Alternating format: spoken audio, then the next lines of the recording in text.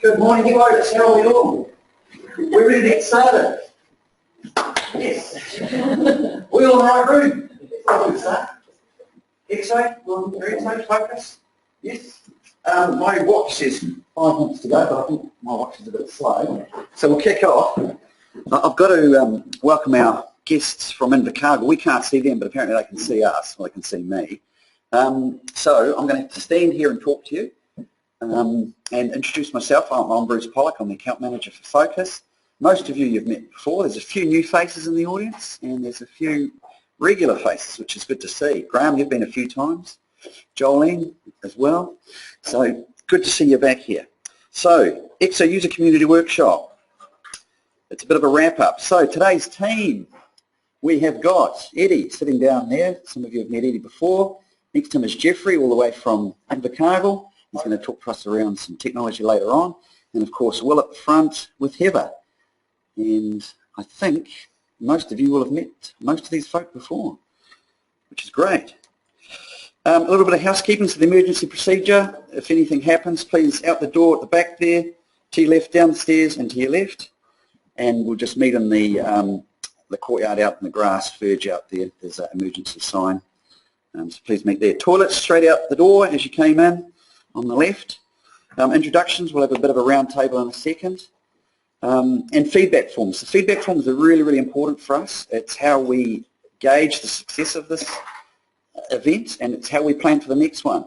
And I had a great suggestion from the floor before about shifting this event to Queenstown. So all those who would like to go to Queenstown, fill out your feedback form and make that suggestion. Alrighty. Good question. I'll park that one. All right, so let's have some introductions. So you've heard who I am. Perhaps we should start. Will, why don't you kick us off, since you're on my immediate left? Hi, I'm Will. I'm one of the consultants for Focus. I used to been YB for about 5 years. I was a briefly teacher, and at the moment I'm here is nice and crazy because my best friend got married and she said I could be pretty for Thanks, Will. I'm Heather, a consultant for Focus. I've been working with EXO for nearly 10 years now. And I think I've probably touched most of your accounts over that time in some form or other. I'm usually with the child care for the plastic, so we'll do classes to start the teacher. I've only been there 3 weeks, so I'm still learning, but I have used EXO before in my previous role.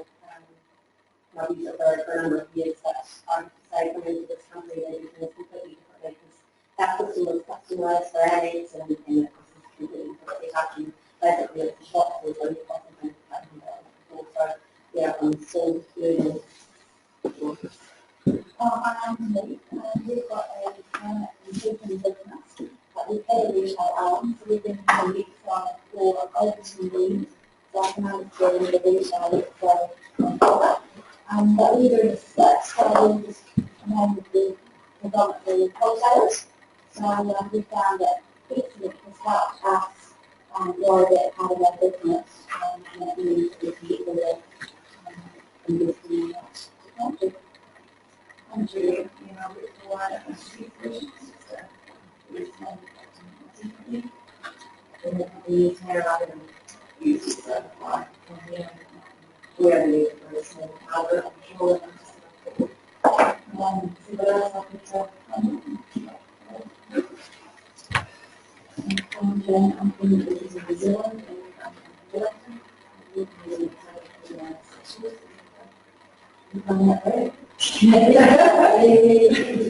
Well done. My name's Julia. I've been with August meeting for the last 9 months, so I've been using Excel for the last 9 months. We've also had a big upgrade. I think our upgrade has been about 5 years. But I'm Kaylee.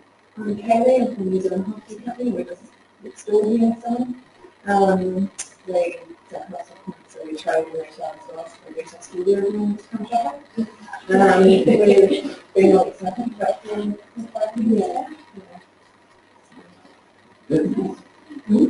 I'm Jolene. I'm from Crown Dental and Medical and Medexus. We import and distribute medical devices and medical supplies. So we've been using Excel for 3 years now, I think, 3, 4. So we're in a good place at the moment where we're just steadily picking on using and things are working the way they're supposed to. So it's good.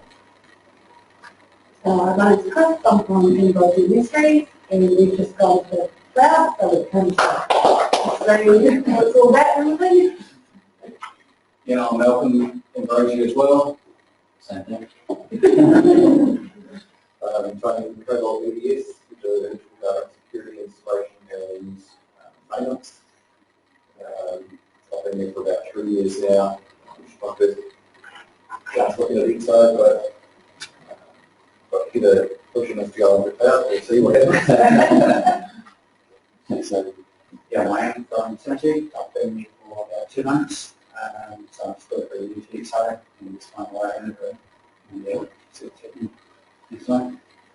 And I'm Cassandra from the And what is the studio station? We do here Office of Education and Supplies. Cool. This is not needed. Okay. Graham from Award Plastics. We make and sell plastic things. So we use Excel for accounting, sales, manufacturing, all sorts of things. So we use it for about 4 years. I'm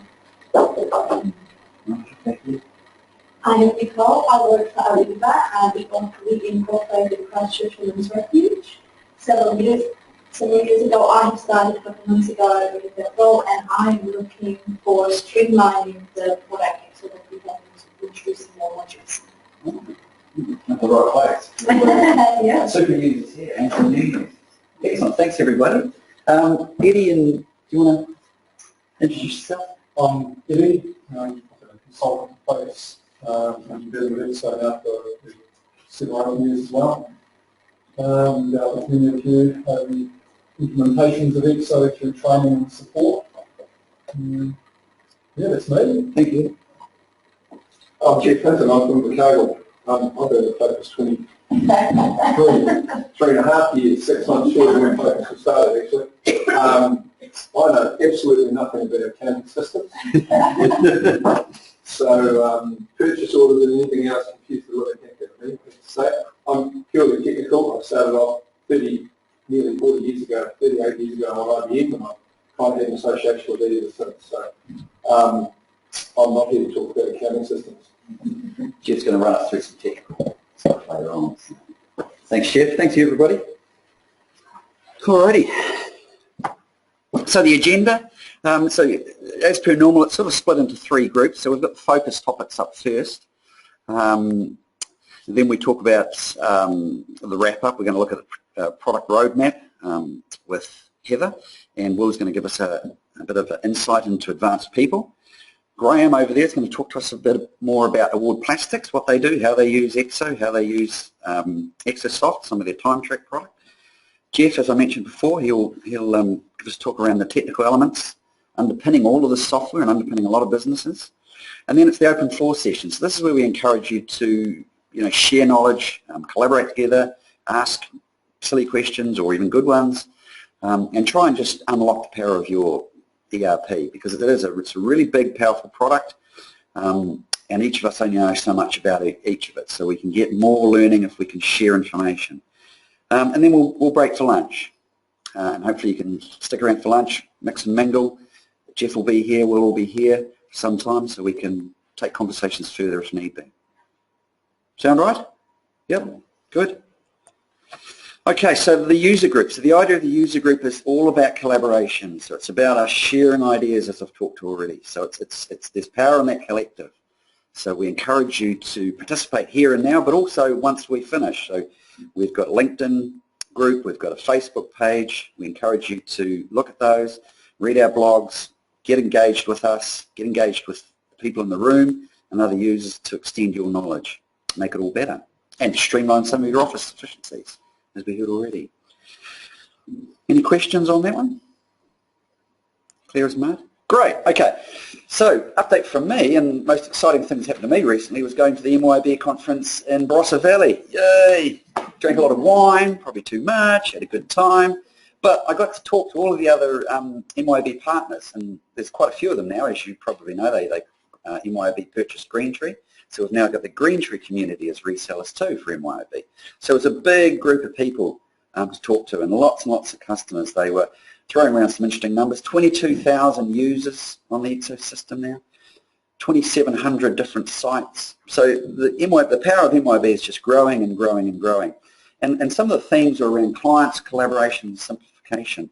So it's all about listening to the clients, and we're going to talk a little bit more around how we capture information or feedback from you, and we put it into a great big melting pot, which the guys at MYOB look at and start pushing through new ideas. And there's been some real gems come through so far. I think, Kaylee, you mentioned one a little while ago. We have designed something that was absolutely genius, and I think that was an idea that came through the ideas forum. Do you want to talk a little bit about that one?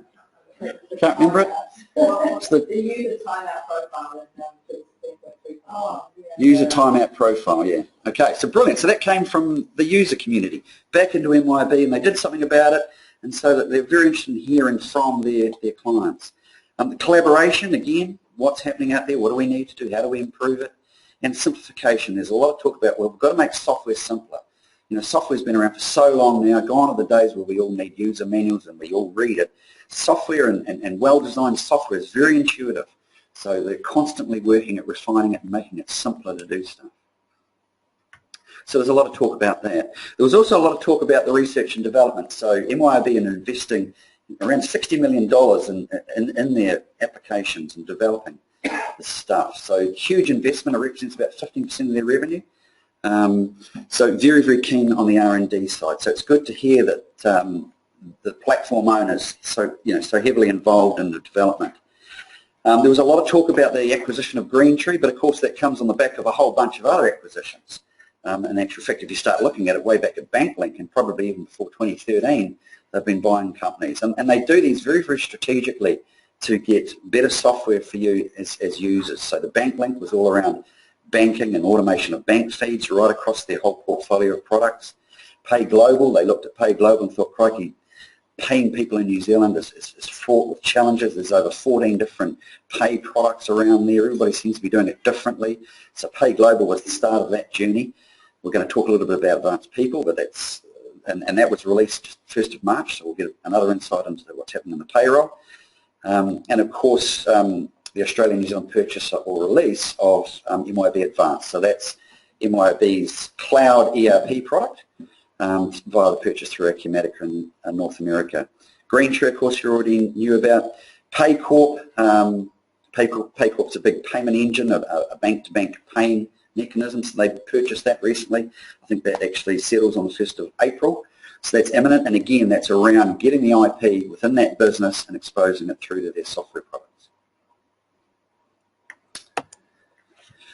So 4 themes they mentioned at the conference. Internet of Things, everybody's heard of the Internet of Things? Yes? No? Internet of Things, sensors on everything, your fridge is being smart, everything connected. Who's got their lights at home connected on their Android app? Anyone? So a lot of these things, and it's really prevalent in the consumer side of business, and actually even in this building, where all of it's automated. So everything's connected and can be talked to remotely. So the lighting can come up and down, the blinds can open, the stereo can come up, the screen can drop down if you've got a movie centre at home. So all of this is all connected devices, and we're rolling that out, and it's just getting more and more momentum. And for commercial activities, there's things like, I was speaking to Denise and Malcolm earlier around barcoding, so shifting barcoding away from just a barcoded series of black and white lines and RFID chips. So these chips now are going to be everywhere, and these chips will pass through sensors, and they'll send a lot of data through to those that are interested in it. And that's spawned the other thing that's happening is all around big data, so much information coming through. How do we analyse it? So there's a lot of work around the analytical tools. And for those of you who have been here before, we've had the BI focus people talking about BI, how BI can overlap your EXO application, give you a lot of intelligence. Machine learning, there were some great examples around AI, artificial intelligence.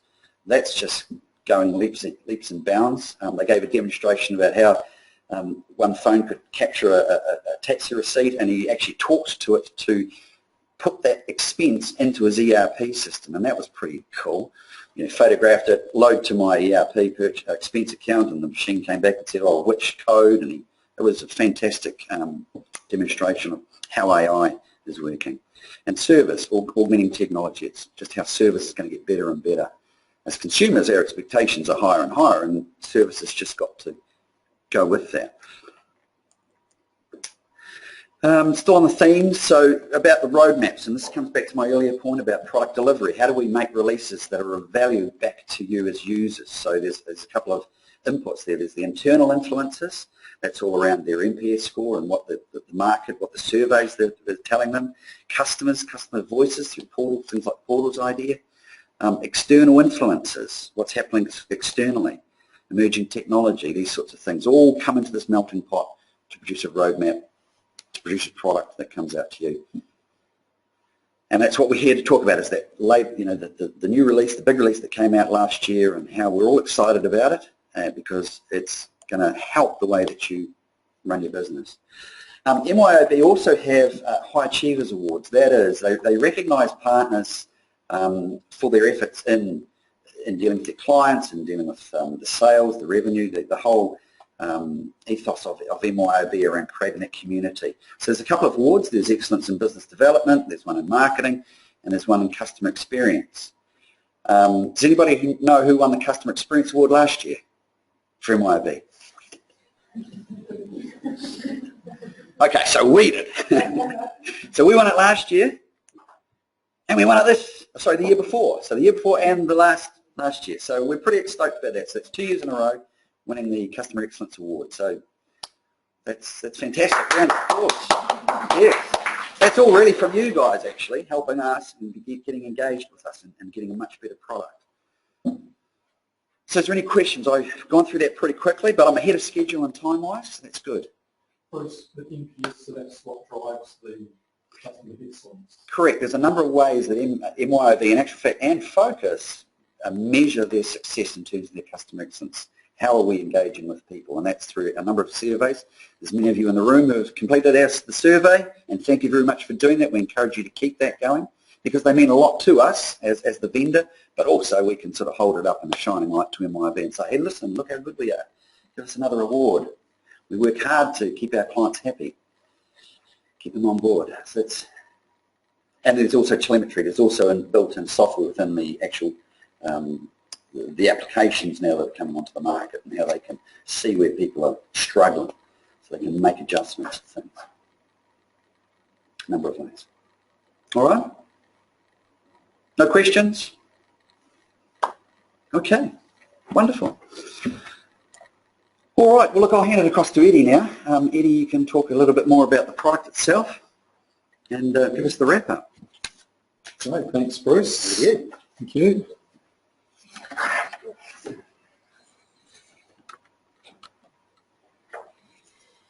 Great, so yes, there's been, welcome to 2017 everyone, the first workshop of the year. So today, in this session that I'll be doing is a bit of a wrap-up of the features which were released in 2016. There were 3 major releases by MYOB, and there were several patches which went through as well. So as you get upgraded during the year, say for instance if you were upgraded at the start of 2016, you'd be on that version that was released, 2016.1 at the beginning of the year, but people that were upgraded during the latter part of the year, they'd be on 2016.3, the third one that came out. So some of the features which I'll be going over in a moment will be applicable to anyone who's upgraded during the year, but some of those features might not be available until you upgrade right at the very end of the year. But certainly if you were to upgrade today, they would be there by default. So with the research and development which has been going into MYOB, they've put out a lot of new features, but today we're just going to touch on several of the larger features that they've introduced. The main one being bank feeds, which actually came out in 2015 but was enhanced early 2016. So bank feeds is the way to match your transactions and integrate that with your bank. So the transactions come through immediately into your bank reconciliation window. Most of you are getting on board with this, so that's great, and as we upgrade more of you, it just seems like a natural progression, and this is the first thing that you would want to implement as bank feeds. So here is some stats from one of our clients which introduced it earlier last year. So you'll see at the bottom of this graph, split into 3 months, June, July and August, and the bottom 3 bars are the volume of transactions which are coming into their bank account. So that's transactions per month, so you can see that's fairly steady, and August being a slightly busier month transaction-wise. And then we can see the matched via bank feeds. So the first month they started this was in June, so naturally there were some transactions which they could match off straight away, but then coming into July a lot more transactions were able to be matched through banking rules. So they set these banking rules up to match transactions automatically, and this creates the transaction in IXO. And then going forward into August, even more so. So we would expect September, October and so forth to get even higher percentages than those. And then the last 3 bars at the very top, even though they do seem quite small, that's the percentage of matched transactions. So as at August last year, they were looking around about 80% of their transactions coming into the bank account were matched. And that will hopefully be over 80% by now. So that saves a lot on admin time, having to reconcile accounts. Bruce and I saw a lady just last week who was spending 32 hours a month, was it? 32 hours a month reconciling her bank accounts. I think she only had 1 bank account, so there's huge time savings for her if she goes ahead with that. Does anyone use bank feeds here at the moment, or interested in using bank feeds? Graham, Cassandra, Jane? Good. Positive experiences so far, guys? We haven't got it yet, and it's one of the first things I ask, why don't we have it? When do we get it? Yes. Yes, that's right. Yeah, so, Yeah. Everybody else wants to. Everybody, come on. yes. So it's just making people aware that it's there. You know, you hear about the account right programs, they've all got it, and it's just broadcasting it to everyone that bank feeds is available, depending on what version you've got, but if you definitely upgrade it today, it would be there. We go through a bit of a process to send a form off to the bank, which takes a wee bit of time, and then once that's done, then the bank feeds just automatically flow into the system. So that's bank feeds. The next thing is the IXO on the Go app. Now, if anyone's interested or doesn't know what IXO on the Go is, it's the app that is loaded onto an Apple iPad, which can mobilise your workforce and your sales workforce.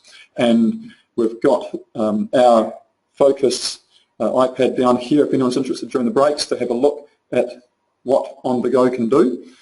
But the feature that came out in 2016 which makes this app a lot more useful is that you can now have reports, any of the standard Clarity reports or customised reports that you get in IXO, we can now load to the iPad and make that available. So if you've got a sales team out and about and they need to see some sales reports, then on their iPad they can just open the program and look at the reports. The same thing with management. So if management, and maybe not even selling, they can just use the app, which is free to download off the Apple Store, and just link into your IXO database, and they can just view reports and not actually do any sort of transactions.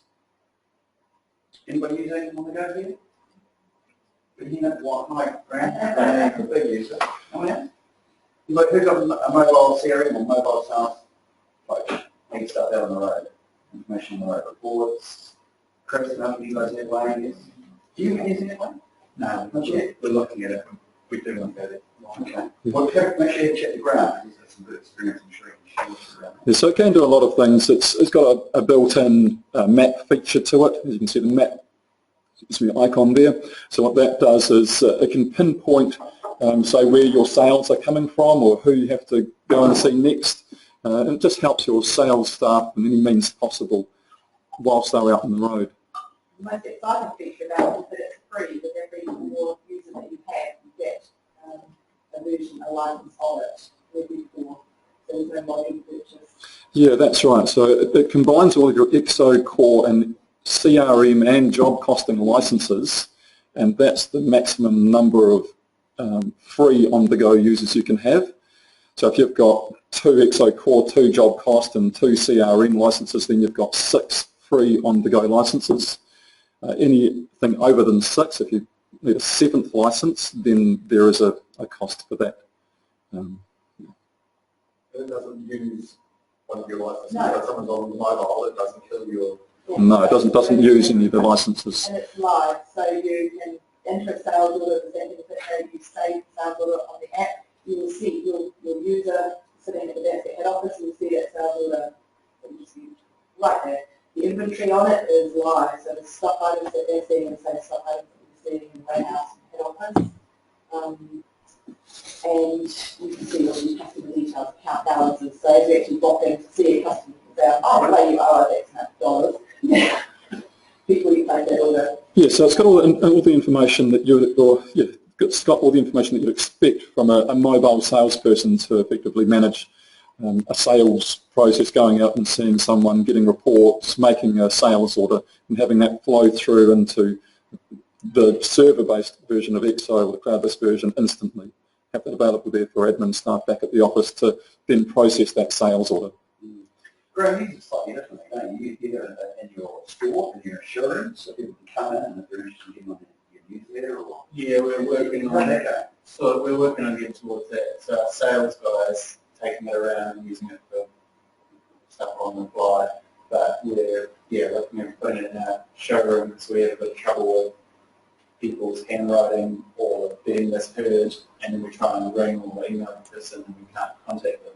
So we kind of want to use it so that we can present it to them to be able to type in their details and get the right contact. But yeah, that's right. So it's just another means of using it. It's a very inventive way of using it. Is just to have it on the showroom floor and then use it so the customers can use it and enter in their details and make their own record, make their own account in your EXO database without them really realising. Great. Right, so getting back into the EXO core features is purchase orders. And so this was a commonly requested feature over the years, going a long time back, and that is to change the purchase order grid. So if you're aware of the normal process of EXO grids, whether you're in the sales order screen, the purchase order screen now, or say debtor account and stock items, whenever you see a grid, that's the section at the bottom there we see stock code, description, quantity ordered and quantity. You can move those columns around, you can resize them, you can turn some of those columns off as well to make it look how you would use it and not have any ambiguous or not use data on the screen there. So they've increased that functionality here into the purchase order screen, which was in the past just a static grid, which you couldn't change at all. You couldn't take columns away or add columns, you couldn't resize them or move them away. So to give you an example of this, just going to switch over to EXO here.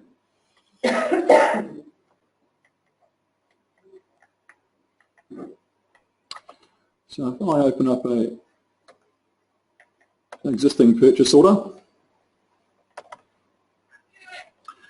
you can see here's our grid, and now we can just drag it and drop it, drag these columns wherever we like. We can also resize the columns. So all this is standard with other EXO grids, but it just hasn't been available in the purchase order screen. And if you're using an older version and you go into the purchase order screen, you'll know what I'm talking about. But perhaps we don't want to see a discount percentage. It's not important to us, so we can turn that one off as well. Now, we did have a discount percentage column over here, and now that's gone. So that's a great new feature, and that's one of the most commonly requested features over the years for MYOB to resolve. So glad that they have done that.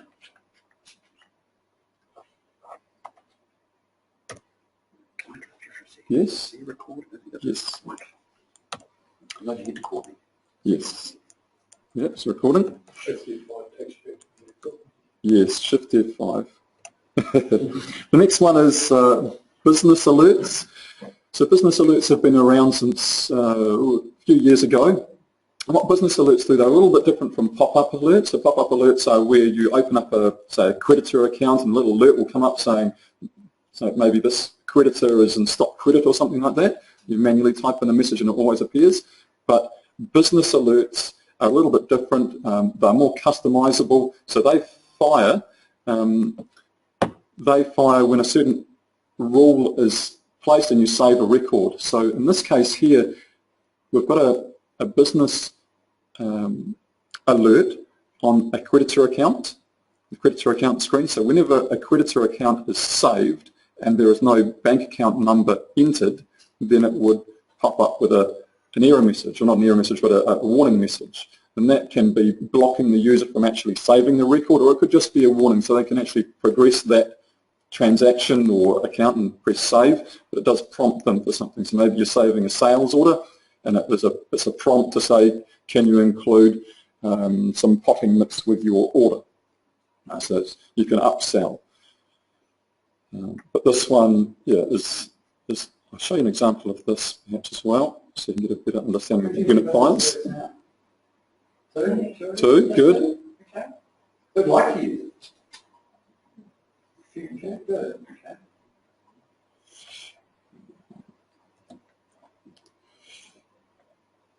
So pick on Auckland Park Mart here for a moment. Creditor account. And under details too.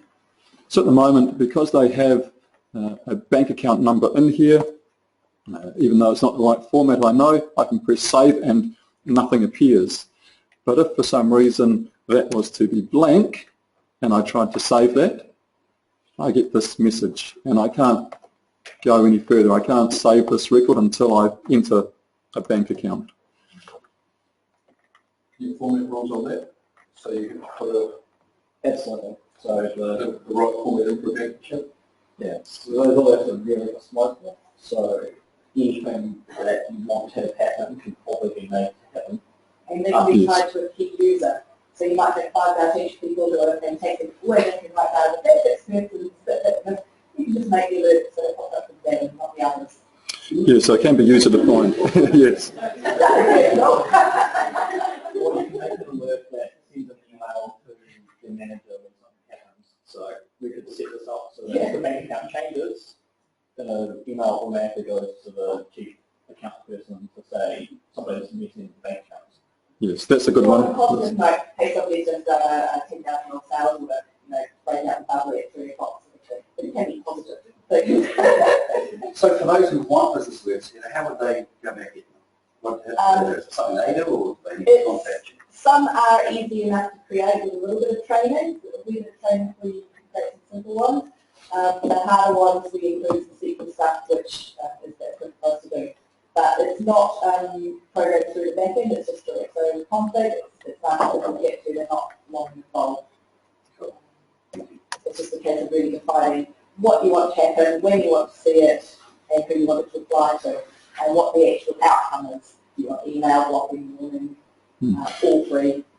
Yeah, one instance we had at Crown and Medexus, I'm not sure if it's still in place at the moment, but what was happening there is when a salesperson was, one of your, was it Medexus salespeople was saving a sales order out on the road because they were going to be using the iPad, then it was firing an email through to the admin team to then process that sales order. So previously, when the salespeople out on the road made that order, they then had to email the admin team to say, I've created this order, can you then process it? So that email was automatically flowing back. They didn't need to do that step, and instantly the admin team could get that notification and progress that transaction.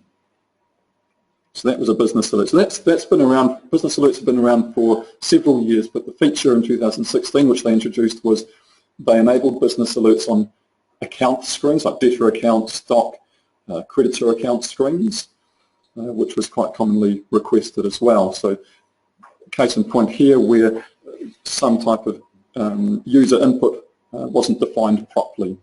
Some people just like to put in the bare minimum and press save, and that wasn't enough for the business owner. They've also made it compatible with Office 365, so more people are going the Office 365 route to host their emails, more cost-effective process. So EXO had to keep up with the times there, so research and development input there has made that possible. And that came out in 2016. So that's a good point as well, that if you are upgrading your PCs at work, you've also got to keep in mind what version of EXO that you're running, because there might be some other Office applications which aren't supported with your older version of EXO. There's only 365. 1, 2, 3. Just 3. Okay. Great. Gaining popularity. Sure. So yeah, I'd encourage you that if you are upgrading any of the workstations and you aren't running a recent version anyway, just to have a word to us first to check what version you're on to see if it's compatible with the computer that you're about to install. Definitely just add that it applies to Office 2016 as well. So if you were just upgrading your Office to the latest, you'd need to get on one of last year's versions of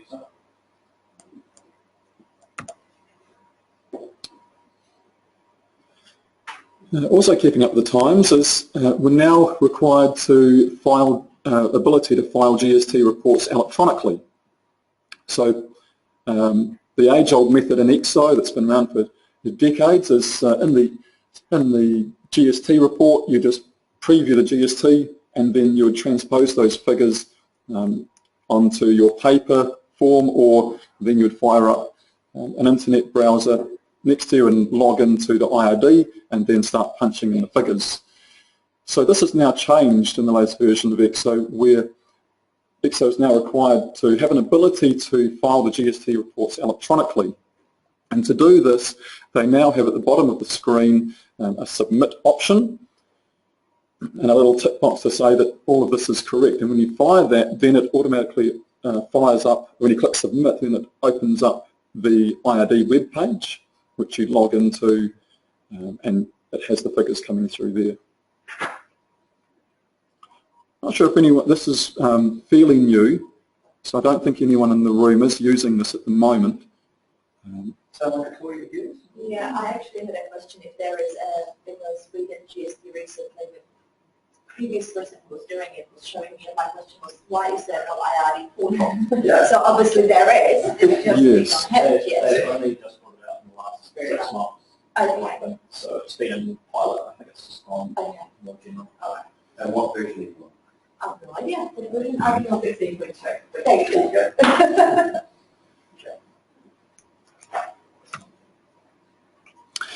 There's been some changes around clarity reports as well. So when you yes.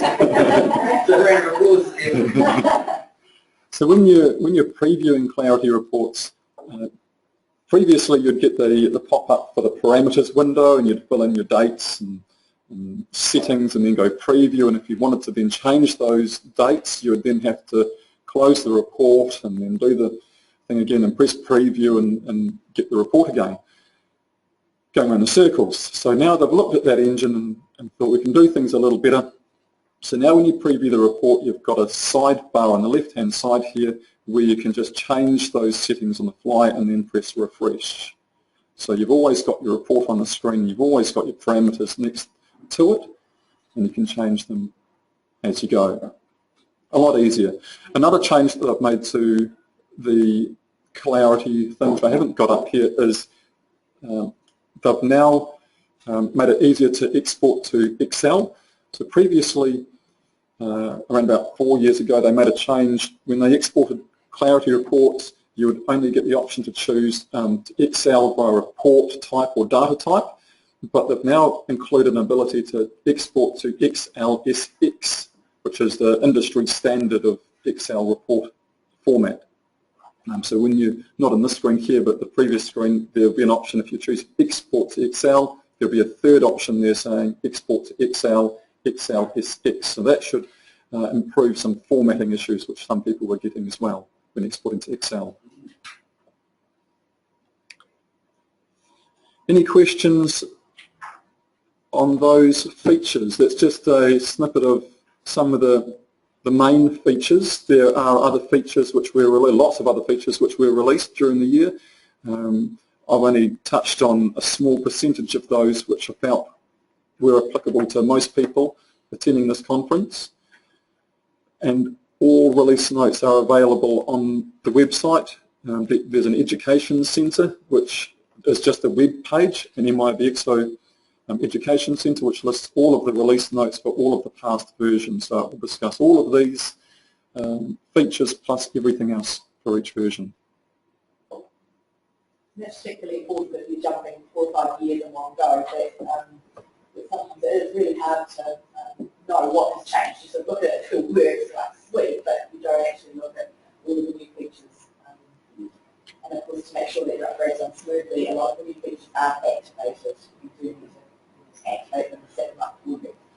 That's right, Heather. Yeah, so yeah, we do encourage whenever you're upgrading that we would encourage you to look at the Education Centre and look at the past release notes, which are just there by MYOB, so you can get a good feel of exactly what is brought out. Because it's hard for us to know.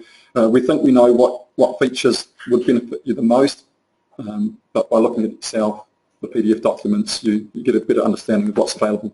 You know, my favourite picture, if you're a US release, Go for it, Will. buttons in here. Yeah, and Yeah. So if I go to EXO, across several pages. Skip onto it, right.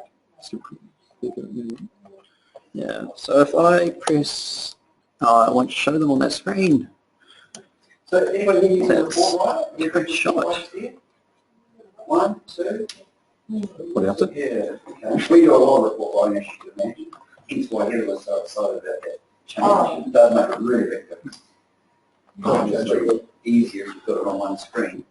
How do you find it? You go over it later? Never mind then. I'll leave that to later. Apparently Eddie has got it to cover later. Right. So in that case, I will not show a weird thing, because it's going to come up later anyway. That's okay, Will. I thought we were going to see it Saturday. No, that's okay. That's fine. So that's it from me, unless there's any other questions. Thank you. Okay, over to Heather. Thanks, Eddie.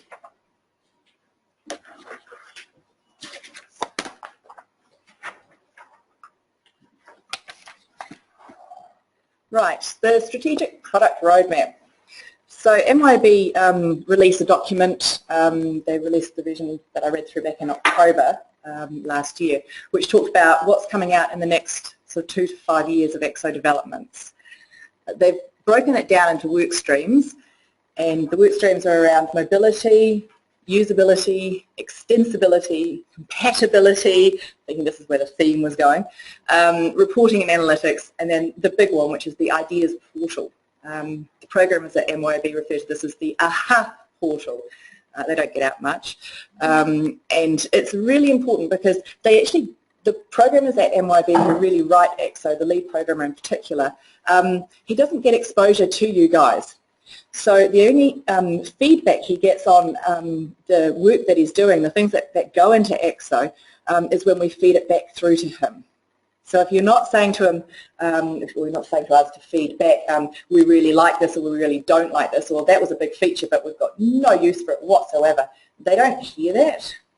And likewise, it's important that we feed back positive stuff because he doesn't, often get that sort of feedback as well, that we really liked certain things. So I'll touch on that later. With the mobility work stream, that's essentially they're looking at extending the features with the on-the-go iPad app. So really getting that out there for you guys so that you've got that sales account managers in the field, being able to take EXO with you, keying your sales orders in as you go, having the data there and then as to what's available on stock, what's available in the warehouse, what's coming in, so you can actually see all your stock, the forecast, the purchase orders that you've got, so your incoming stock. So your salesperson can be really highly informative when they're actually trying to make a sale. Search order templates on the iPad app are there. A search order template is a bit like a filter in Excel, where you're actually filtering the data into the list of what you want to see. So the search order template may only bring up your customers in a certain location, or customers with certain spend, customers who just owe you money. You know, the search orders, the templates go on and on. But in the iPad particularly, it's useful for the customers that perhaps buy certain products. So when you open up a sales order, the search order template will actually fill in what they bought last time and the quantities that they purchased as well. So you're actually bringing up almost like a previous sales order, and you can just say, hey, look, you bought this last time. Do you want the same order plus a couple of extra things? Tap, tap, tap, save, away you go. And those features are available for EXO as well, if you want them. That's if you've got a deal you're trying to push, you can bring up a search template just for that deal. Mobility Solutions they're also working on, of course, is supporting the cloud deployments of EXO. So where we're putting your EXO on our cloud, the supporting technologies, the EXO Business Server that we run on our server to allow certain parts of your cloud solution to work are supported by MYOB. Usability. The core product improvements that I've seen mentioned so far are around the inventory, sales and purchasing modules.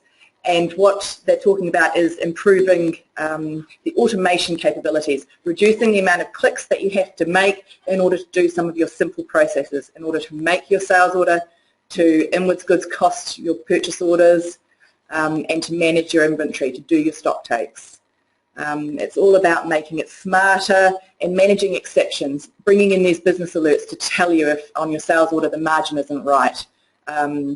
Perhaps when you're going into zero stock or negative stock situations, you know, you're getting that alert, the notification, or just simply sending through, you know, this is a big exception, this customer never orders 10,000 of these, what are you doing, you know, is it an error? They're making improvements to the job costing area, they're improving the revenue recognition process, the contracts management, and they're bringing in the job costing module to allow that tighter integration into your sales order processes. I believe there's some work around retentions being done as well, and they're keeping up with the compliance changes. I think the Contractors Act is changing and there's some stuff in there. MYOB makes sure that EXO is compliant with all tax laws and changes there. They're improving the usability around serviceable units, and within the fixed asset module, which we haven't seen changed in a very long time, I believe there's going to be some enhancements that are going to allow you tracking of your own fixed assets, so the warranty information and service history that you wouldn't normally have had tied into that fixed asset, you can track. The stuff within the roadmap itself is all, we think this is going to happen. It's not definite. There's a huge disclaimer on the back page saying we don't know the timeframes for this, and these are things we're expecting to happen. But some of the things within that roadmap, I was like, oh, we've already got that, and it has actually already happened in 2016.3. So some things in the roadmap they push ahead quite fast, and other things we just know that they're going to be slotting in.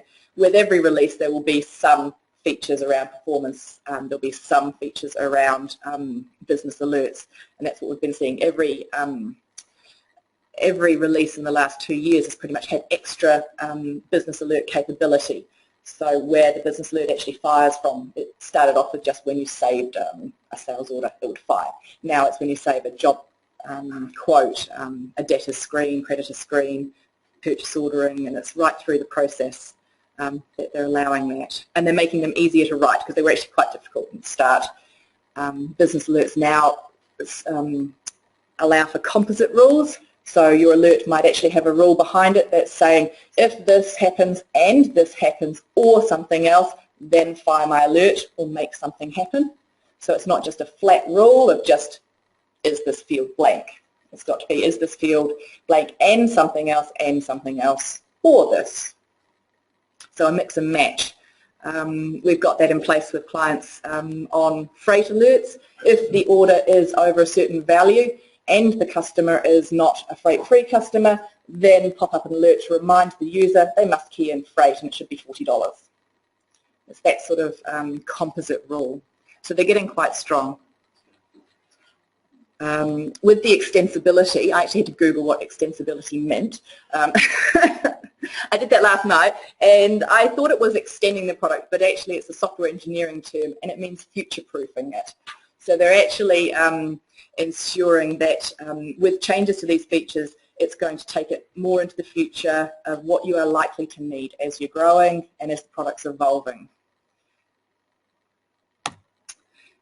The compatibility, compliance, and online services, as you've seen from what Eddie's said, you've got every feature allows some behind-the-scenes compatibility improvements that you may not notice. So it just happens to run on Windows 10. It supports the Arrow themes.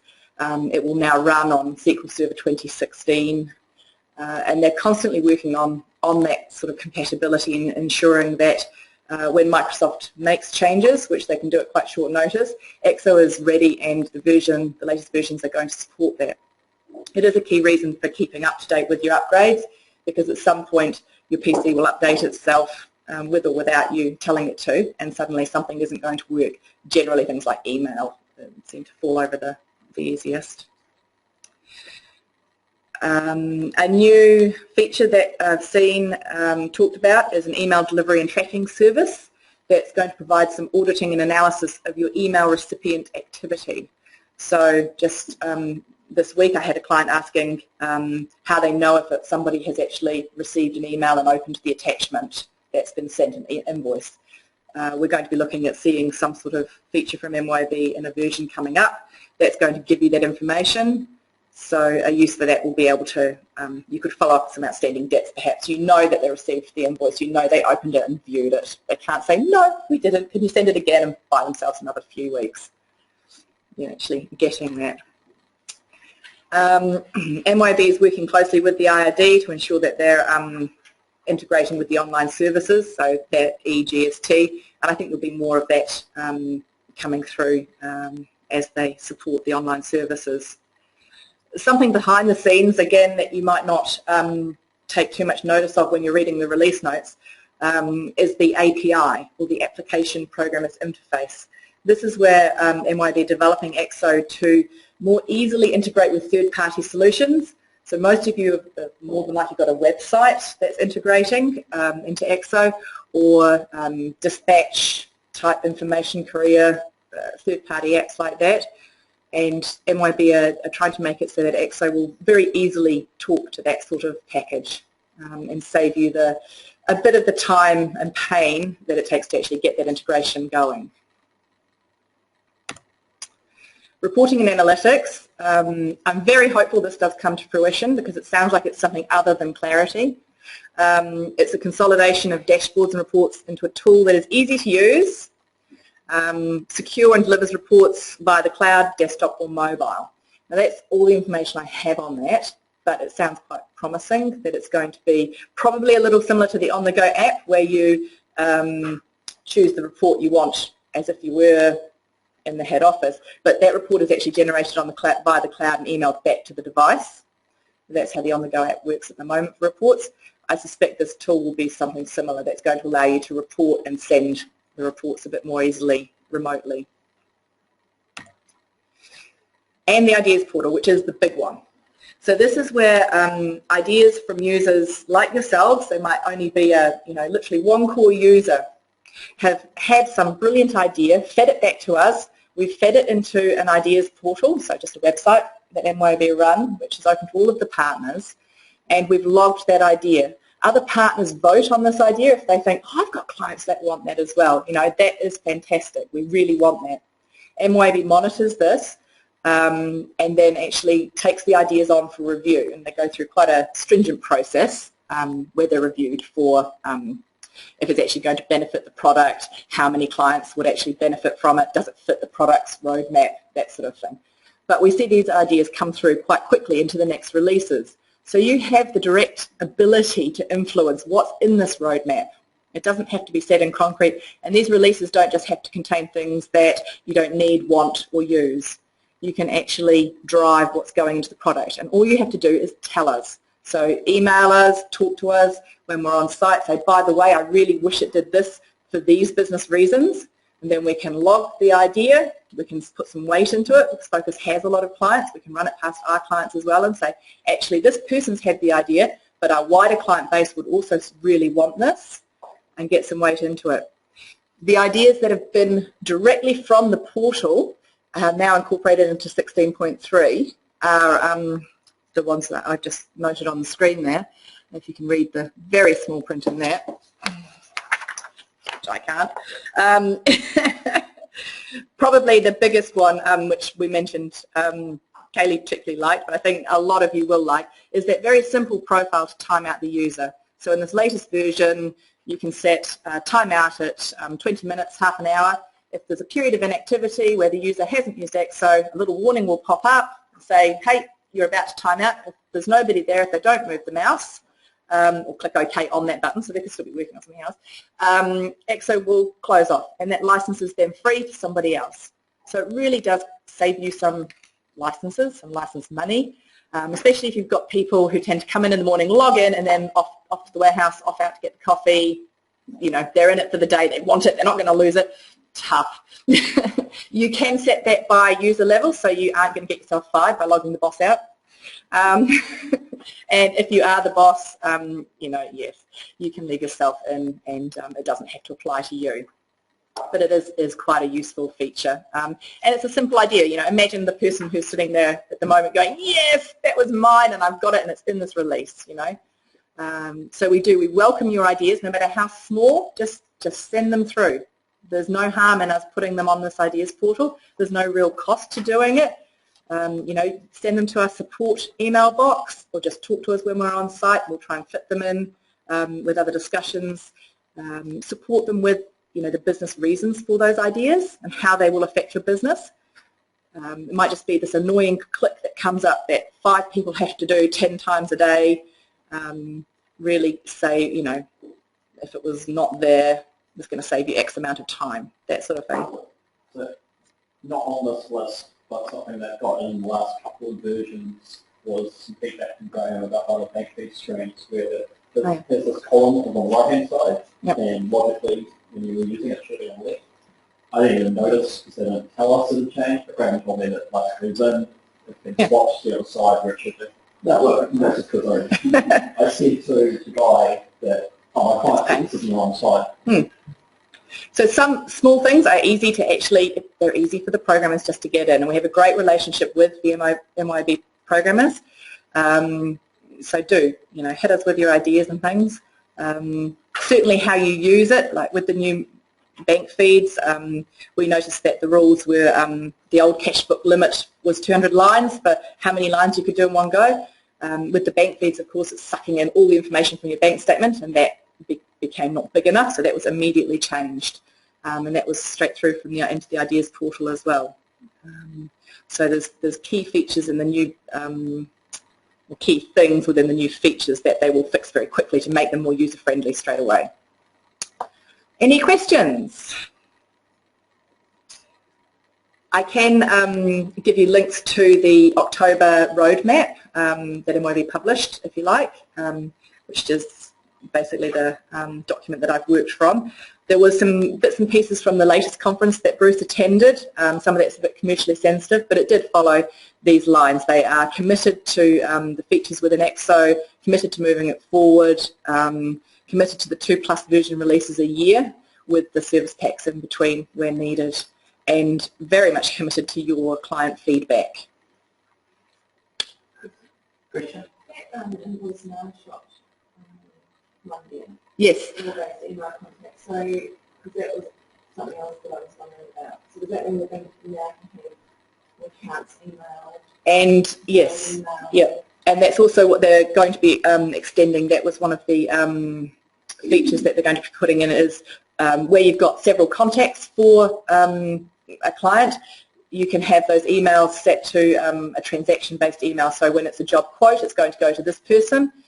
When it's a sales order, it's going to email to that person. When it's an invoice, it's going there, and the statement can go somewhere else. Some of it is easy to do now with the mail shot, and some of it is new features that are coming, such as the job quote, that sort of thing.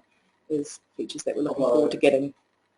I can say, if you want a little bit extra on top of what we've got, I just write something for someone where when they go to see the purchase order, the suppliers start saying that implicit that topic because they've got their email set up to receive it. So I've written a little button that when they click on the button, that when the reports are on screen, see the email that topic to that person needs to go with.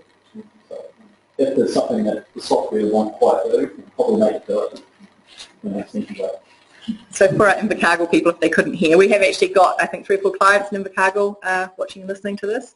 Will can do anything you want, basically. All right, that's me, and I think we're moving to morning tea, are we?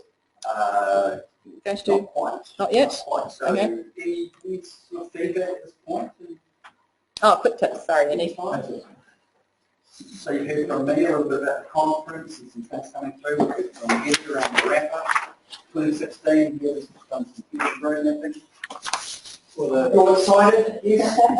For the ideas portal thingy, is there, I know you guys load stuff on it and vote on it and you see it, but is there a way that we can see that to go, oh, actually, that would, I see those other ideas. when we see ideas, we go, actually, that does apply to me, but if we don't know they exist, we can't back them either. So you as the client being able to see all of the ideas which are put in by our partners. Yeah, because that might generate a bit more support for some of them, because we might not have thought, oh, that actually fits me. Not through that standard portal, because it's just the partners, but there's no reason that we can't achieve that into a bit of An idea in itself. Maybe the way to do that is to use this community to bounce around to us, say, guys, what do you think? And then everybody say, look, we're going to play, we want this, we want the same thing. Maybe that's the way to do it. We have taken that in MIB, but they were sort of a bit cautious about it, thinking that, oh, yeah, we may have 20,000 users or something. And we felt that. So at the moment, it's just through the partner channel. Maybe you guys are the ones that submit them, but maybe if we could at least view and vote and restricted access. interface. Yeah, that's another way of doing it. Or we have a theme for the next workshop, right? That's all ideas. I'll put in an idea for you asking for those.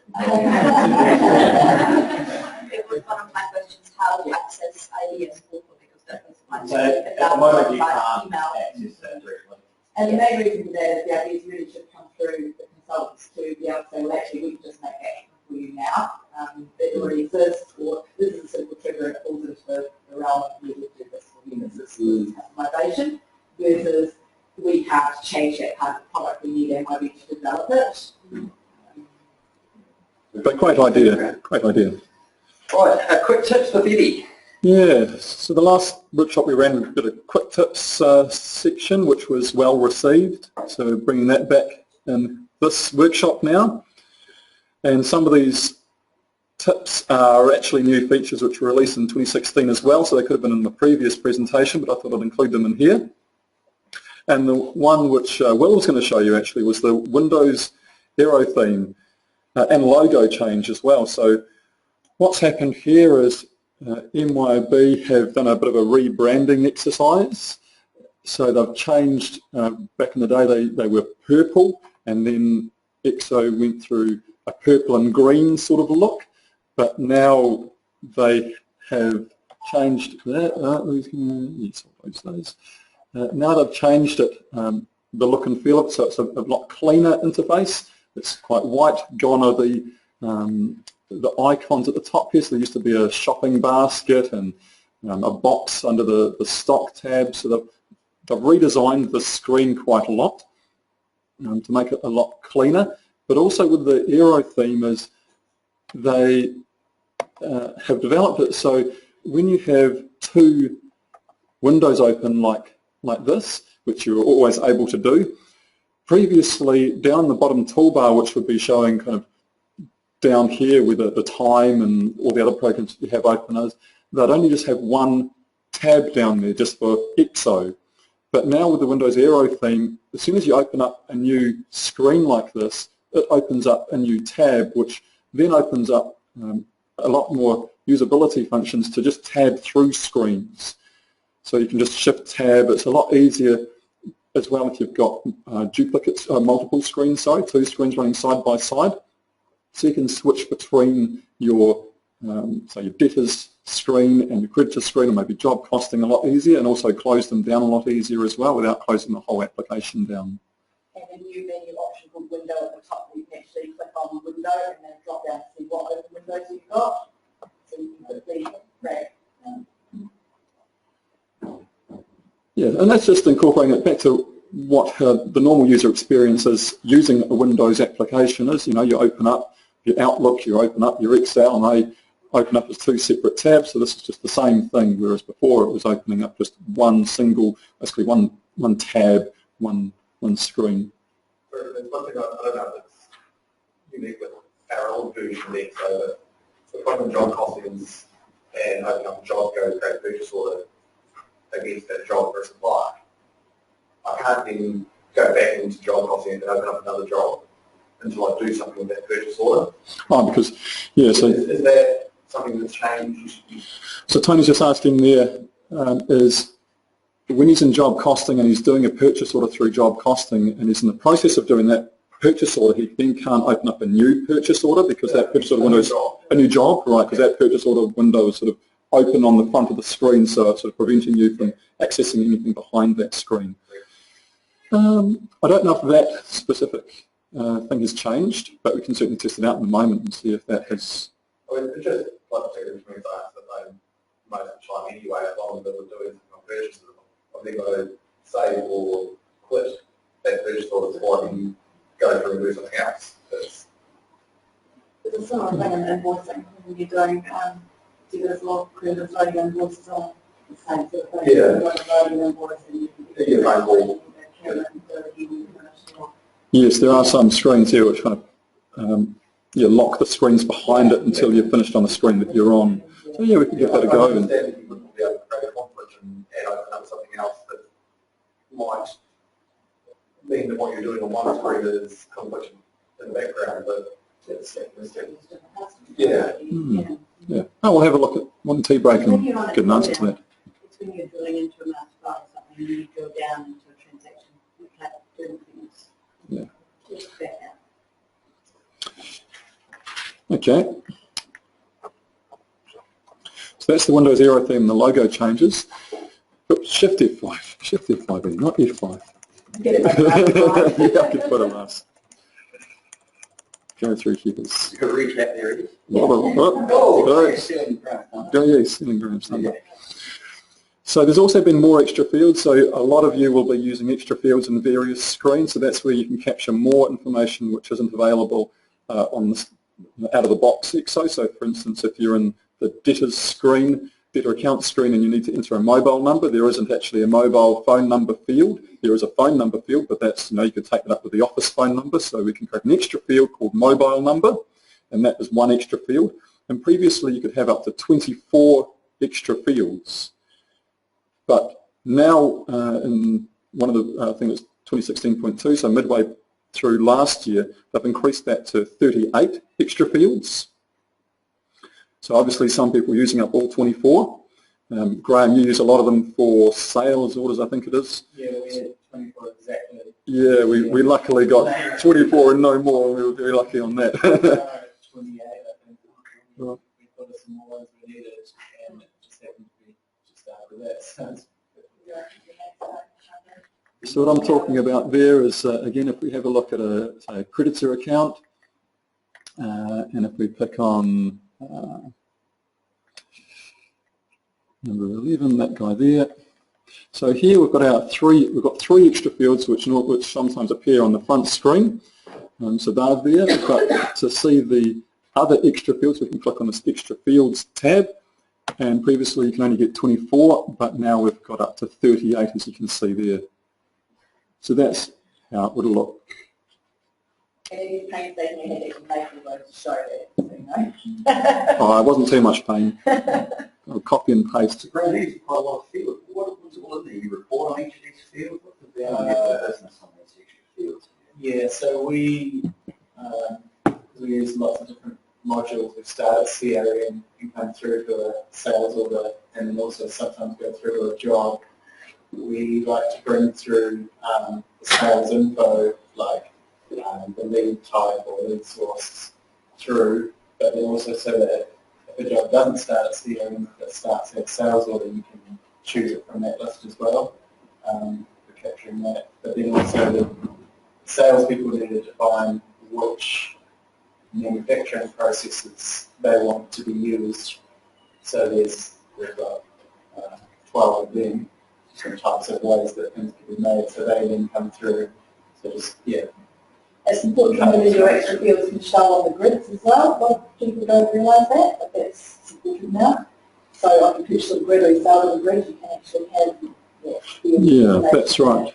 So any of those extra fields which we just showed there for that creditor can be shown on the screen here, for instance, as well, So as another column. screen, is that something we need to get you to do, or is it easy enough to do yourself? It's easy enough with a bit of know-how to do it yourself, but yeah. But there's a limit. I think it's only 3. 3 on the front screen. 3 on the front screen, yes. So when you drill into the account here, you've got 3 on the front screen here, and then anything over that flows through onto the extra fields tab over to the screen here. So that might be where you'd have the mobile number. So Yes. There's no limit to that search group. So if you went back to the search, you can add as many as you want to the screen. Yes, you could add all 38 to the screen if you wanted to as well. You shouldn't. But if you've got some extra fields that you want, we can add them to that screen so you can search on. Yes. Yeah, so Graham uses it quite heavily to capture a lot of sales information and flow that through into other areas in the business as well. anybody else using extra fields? Right. There's lots of functions you can use extra fields, and part of the roadmap is increased functionality within extra fields themselves. We don't know exactly what that is, but we can fire certain events off those extra fields as well. So they're going to be advancing extra fields in 2017, hopefully, as well, by the looks of their roadmap. Another feature that we've got in here as a wee tip, and it was also released in 2016, is currency symbols. So this is a foreign creditor over in England. So because we set them up to be using pounds, now all of their on-screen figures come through with the pound symbol, where previously it was just a dollar symbol. So it would be a bit ambiguous as to whether this is pounds or are we dealing in New Zealand dollars. And also if you are dealing with, say, Australian dollars, and it's still got the currency symbol there being the dollar symbol, it'll add A next to it, so it's Australian dollars. Gets a bit interesting when you're seeing Singapore dollars because it's an S and then another S beside it. But yeah, so that's a great wee feature. That's something that we quite often get calls about.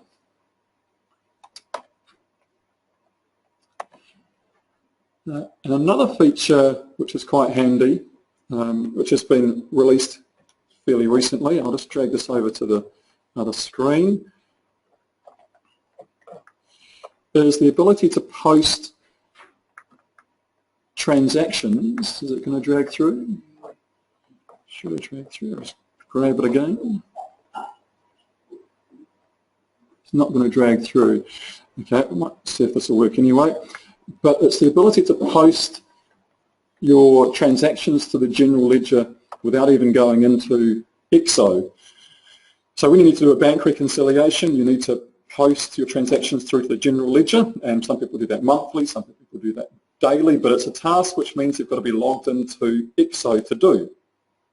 Now what they've done is they've made a wee script, so you can just fire that off a link like a URL, and you can also schedule that as well, so it can happen overnight. No one can even be logged into the system at that time, and it will just post the ledgers through to the general ledger. So you can't see the link here, but I'm just going to click on an icon here which is going to hopefully fire up EXO on the screen, but it may not.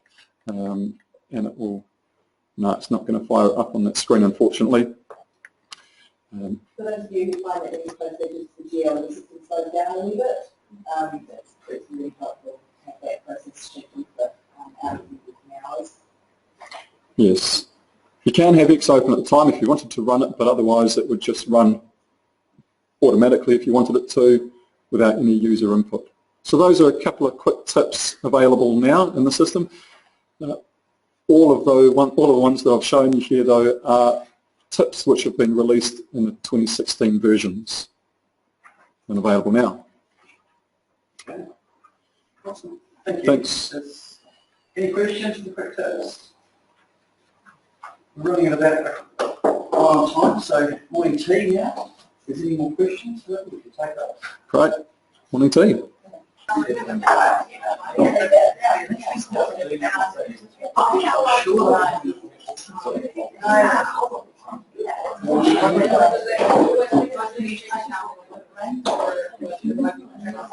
Let's get back started. Hope you enjoyed your coffee. Sorry that the food was a little bit late. I just wanted to and then we can't sushi. It was good, wasn't it? Sure, sushi. Cheese roll.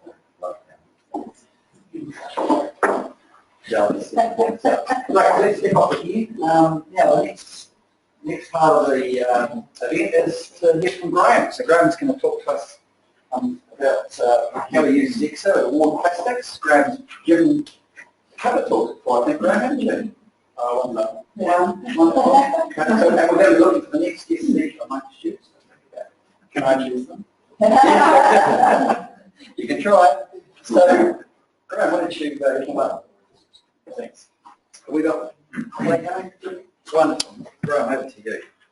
Hello, I'm Graham from Award Plastics. I do lots of things there. I mainly use I use all the EXO modules that we do. We have CRM, the main, what do you call the main one? Finance. Finance, EXO Finance, and job costing. We have, lots of uses for all of it. So, what do we got here? We are a plastic distributor and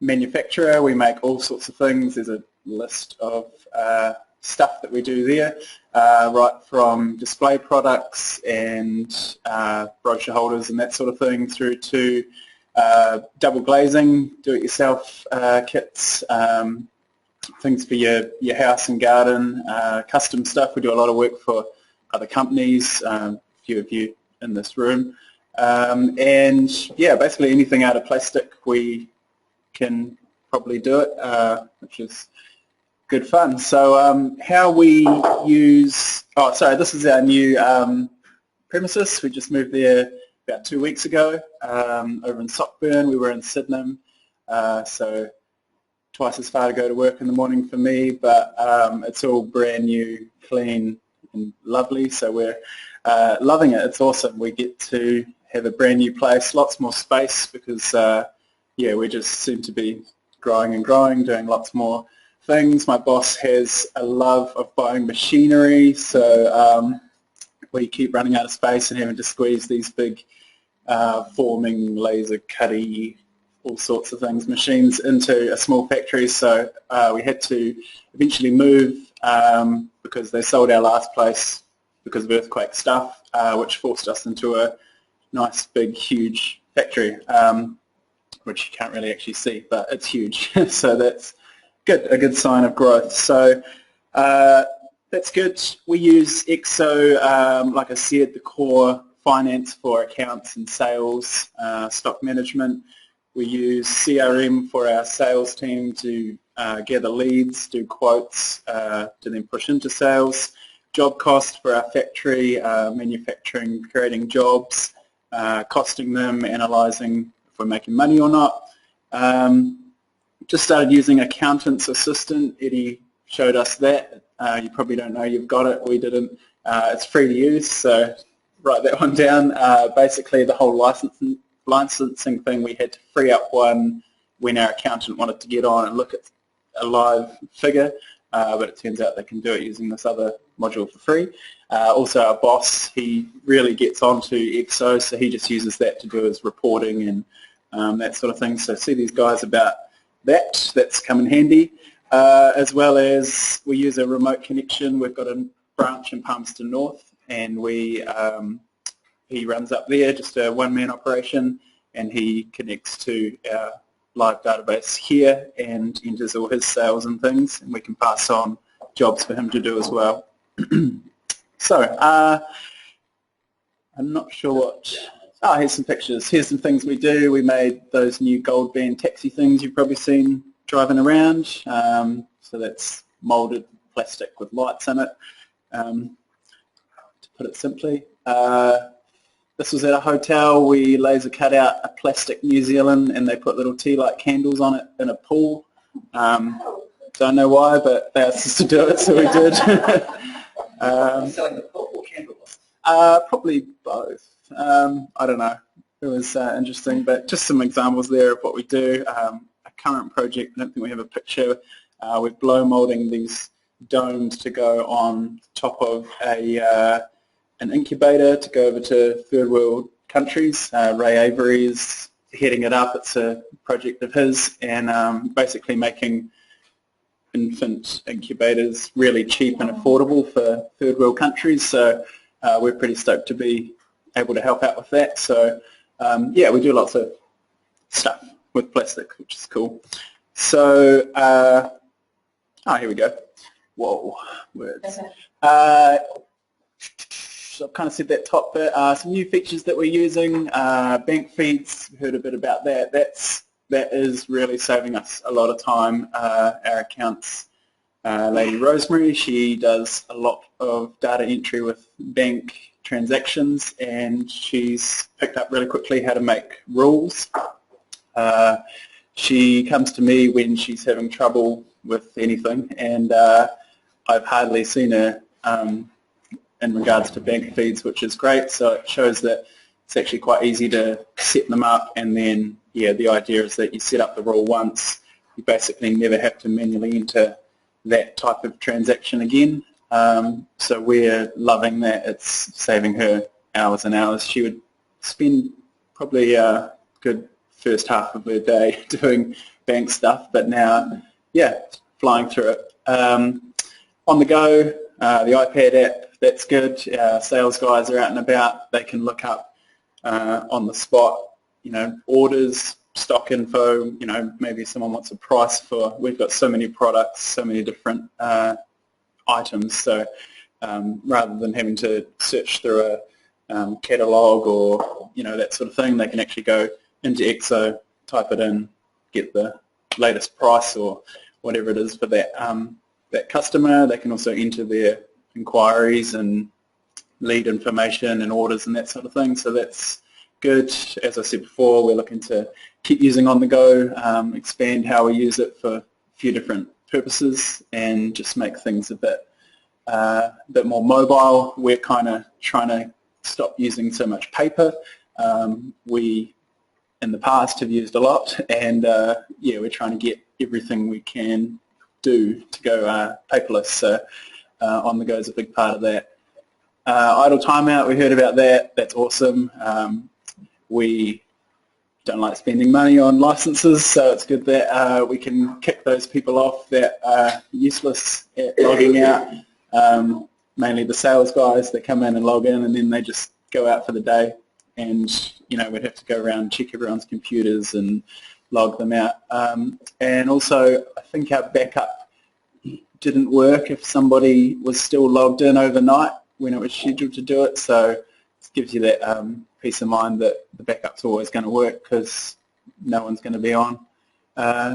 So that's been some of the new features that we're liking to use. We're also looking at Exosoft product, Document Manager. That's something we've got happening at the moment. So if you don't know what that is, every time you create a debtor, it makes a folder for that debtor in your file, however you have your file set up. You can also have within that debtor, it pre-makes a folder for admin, pricing, you can set it up however you want, subfolders and all of that. We used to have it that someone would create a folder called focus, and then someone would create another one and spell it wrong, so we'd have two focuses, and then half the info would go in one, half would go in the other, but then you'd go into someone else's customer folder and the subfolders would be all different, so you'd spend a lot of time searching for customer drawings and pricing info and stuff, trying to find how different people laid it out. So this is quite good because it sets a standard set of things, and then that way everyone uses the same structure. And yeah, we've really found that people are not whinging about can't find things anymore, so that's been quite good. The reason for that is TimeTrack. We have been heavily customizing that. Again, going paperless, so Job Cost produces a paper job sheet, and the guys write their material and times, which then I get to hand type into Job Cost, which I don't like doing. And TimeTrack basically takes that away. They use their phone or their computer or their tablet on the job, and they punch in their time and materials, and it goes straight into Job Cost as well. So I'm looking forward to that a lot, saving me heaps of data entry time as the job collating sort of person. And yeah, our new factory is massive, but we don't have the luxury of, we used to have a whole wall with a couple of whiteboards, and we would manually write up jobs and hang job sheets on hooks and all that sort of thing. We've eliminated the need for that whole wall because TimeTrack uses sort of like Outlook calendar integration. You can just drag and drop jobs and appointments and stuff and that sort of thing. So yeah, we're just about done in getting that sorted. We're doing lots of testing, like I said, lots of customizing. But yeah, that's a good example of how we use EXO and a couple of other products as well. So some of the wins that we've had with EXO, we've managed to streamline a lot of processes. You've all probably got custom triggers that fire and do things in the background. This is automating data entry, so we found a few areas where we'd have to type something in, then maybe type it again, so we've made it, when you push save, it does that for you. Keeping up to date, we highly recommend, if that's possible for you. A lot of the problems we've come across have been fixed by EXO versions, so we can, that's sort of testament that it does work, and you get all the cool new things like bank feeds and that kind of stuff. So that's been a big win for us, just being able to do that, and we would recommend it. Graham, I remember the first EXO workshop we did, and where Sam presented, Sam's the flight manager from MIB for EXO.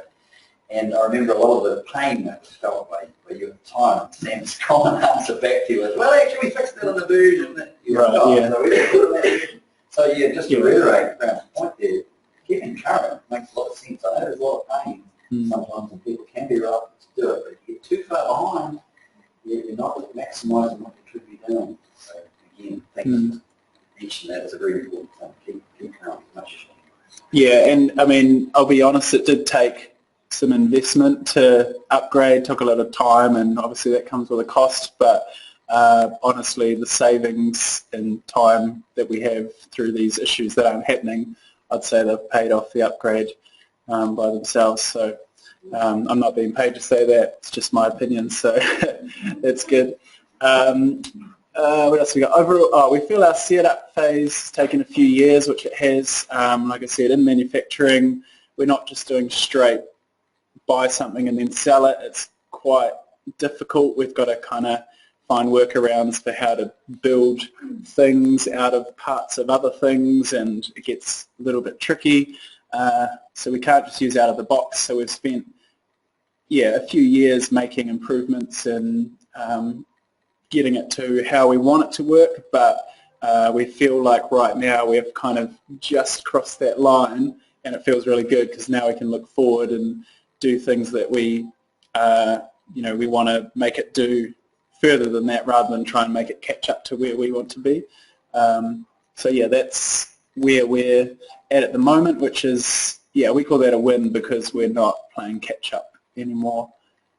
Some pains, manufacturing, like I just said, it's not straight stock in and out. There's a bit of an art to building and consuming and doing all that sort of thing, costing as well. Now, saying that, I've just heard that Will might have a fix for me, which is great. But yeah, that's probably our biggest thing, is that because of the nature of manufacturing, it can be quite difficult to get costing done right when you're not just using set prices and parts of things. So hopefully we're about to sort that out. I've also noticed EXO seems locked down in some areas, meaning that, costing we kind of have to manually adjust because there wasn't the ability to put what we wanted where we thought we should be allowed to. But we keep bringing that up, and hopefully we've got a fix, which is good. Technical, we found some core issues, submitted them, like I said, on that forum, and hopefully they get looked at. We've made some customizations to work around them in the meantime, but other ones we're sort of like, it's not worth investing in getting a custom trigger made for something that hopefully they'll just fix in the future. So it's a bit tricky there to know what to worry about and what not to, but hoping that what we talked about before will help that as well. But yeah, overall our EXO experience has been pretty positive. We feel that we're quite we have a unique setup because we are quite demanding of all these guys, trying to tell them to do all sorts of things that were quite out of the box. But we're moving forward, and I think this sort of area as well, a few of you guys have answered a lot of my questions, and I hope to be able to help you guys as well if I've come across something too. So yeah, that's about me. That's what we do and how we use EXO. Thanks, Graham. So any questions for Graham?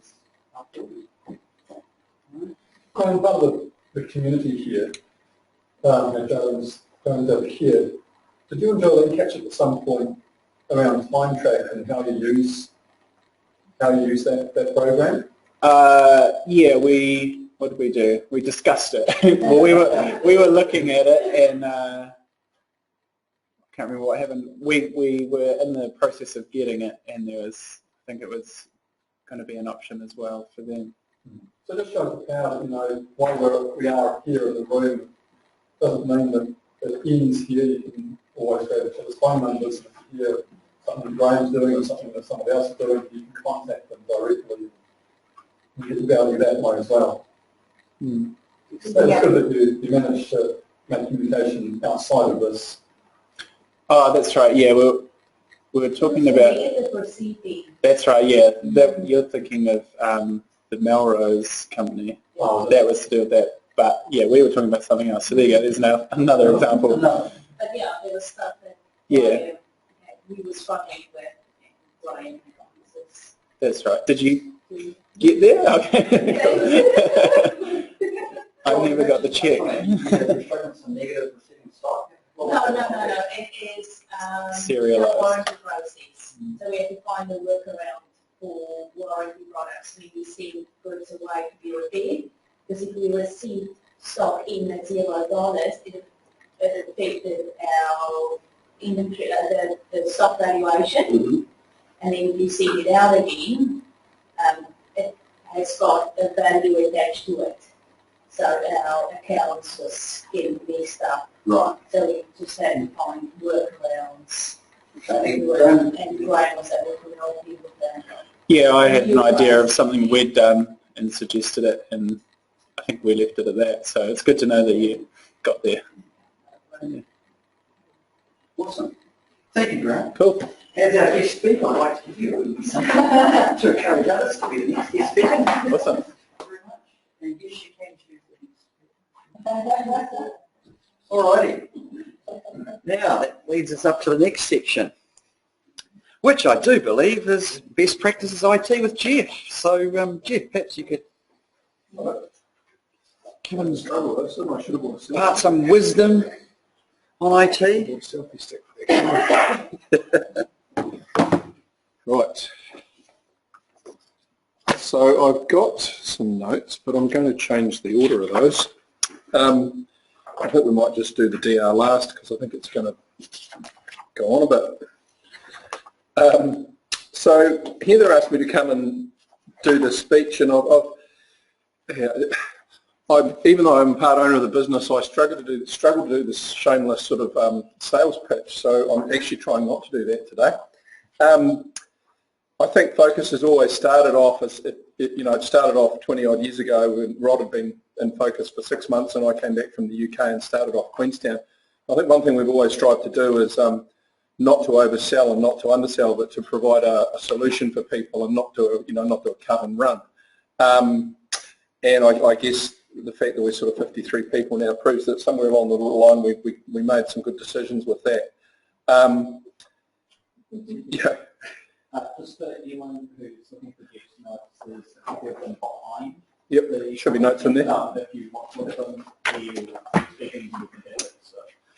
We've got a lot of large and varied client bases, from stadiums that have fallen down and been rebuilt, to vets, to timber merchants, forestry clients, legal firms, schools, large and varied variety of clients, and a large and varied variety of clients within that, I think. Schools have been one of the more challenging ones because you've got users who try and break things most of the time. So, we offer a lot of services, and I guess we have quite a broad experience across the industry, and I suppose part of the reason I'm here is to maybe try and bring that together a bit for you.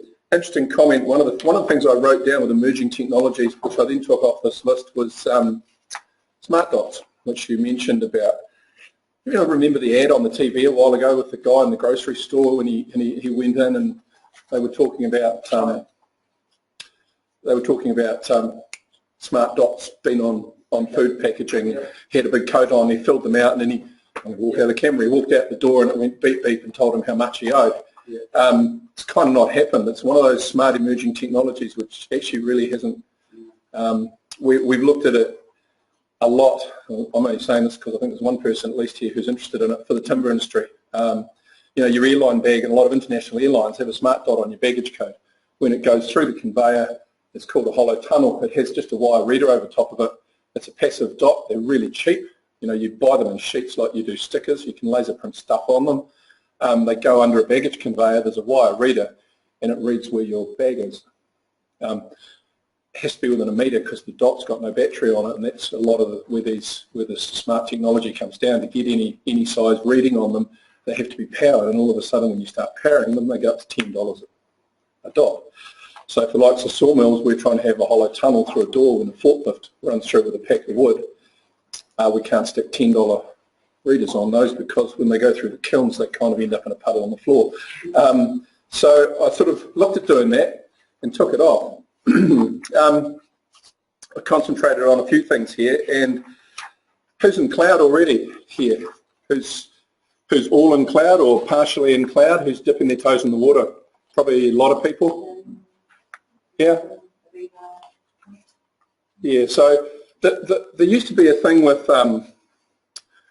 Sony notebooks. You'd know immediately. You have a client ring and they'd say, "Hi, I want a Sony. What's it notebook?" And you say, "Oh, where have you been travelling?" They'd go, "Pardon me?" You'd say, "Well, you've read the ad in Pacific Way magazine on Air New Zealand because they're the only people in the world that want Sony notebooks because it's going to break down in 3 times in the first 18 months you've got one." And the other day we had a pretty well-known client in the helicopter industry. These guys need a new winch rope, and they pay $250,000 for a winch with a longer rope on it. We're going cloud. Why are you going cloud? Because everyone is. We just want to be there. So, you know, for you guys, you can do that. But actually, you need a driver. You need a reason. You need a driver in your business that says you want to go cloud. We sell cloud. We sell tin. You know, I can sell you something that makes a lot of noise, that sits in a corner and generates heat and runs your server and runs your business. It's got a serial number on it. It's great. We like selling hardware, but a lot of people nowadays aren't buying that. They're popping into cloud. They're popping lots of things into cloud. Often they're starting off with backups, antivirus, mail scrubbing, that sort of thing. So there's an inherent distrust in cloud from a lot of people, and that's how people are dipping their toes in and deciding whether they want to, you know, carry on and do that, and looking at the experience they have with it or not. I'm going to start off with antivirus because it forms kind of on-site or cloud. You all should be running an antivirus package, and you all should be paying for that package. If you're running AVG free, I suggest you go back and decide whether or not that's a really good option for your business. Because at the end of the day, you know, your antivirus is protecting you. A lot of manufacturers say that to make your administration easy and streamlined, run the same antivirus right throughout your business. So hands up with those who know they have a firewall, for instance. Okay, so a lot of manufacturers would say you run Smith's firewall, but you should run Smith's antivirus on your server and Smith's antivirus on your workstations and on your tablets and everything, because then you can manage all them within one window. It's actually quite true, but Forrest Gump had a bit of a saying. It's about layers. What was her name? Jenny. About layers. It's like an onion. Life's like an onion. It's about layers. Your antivirus is exactly the same, and we, more often than not, will not have the same manufacturer right through our antivirus products. We'll have one at the firewall and we'll have a different one on the inside of the network. And the simple reason for that is the technologies between a lot of them are very, very different.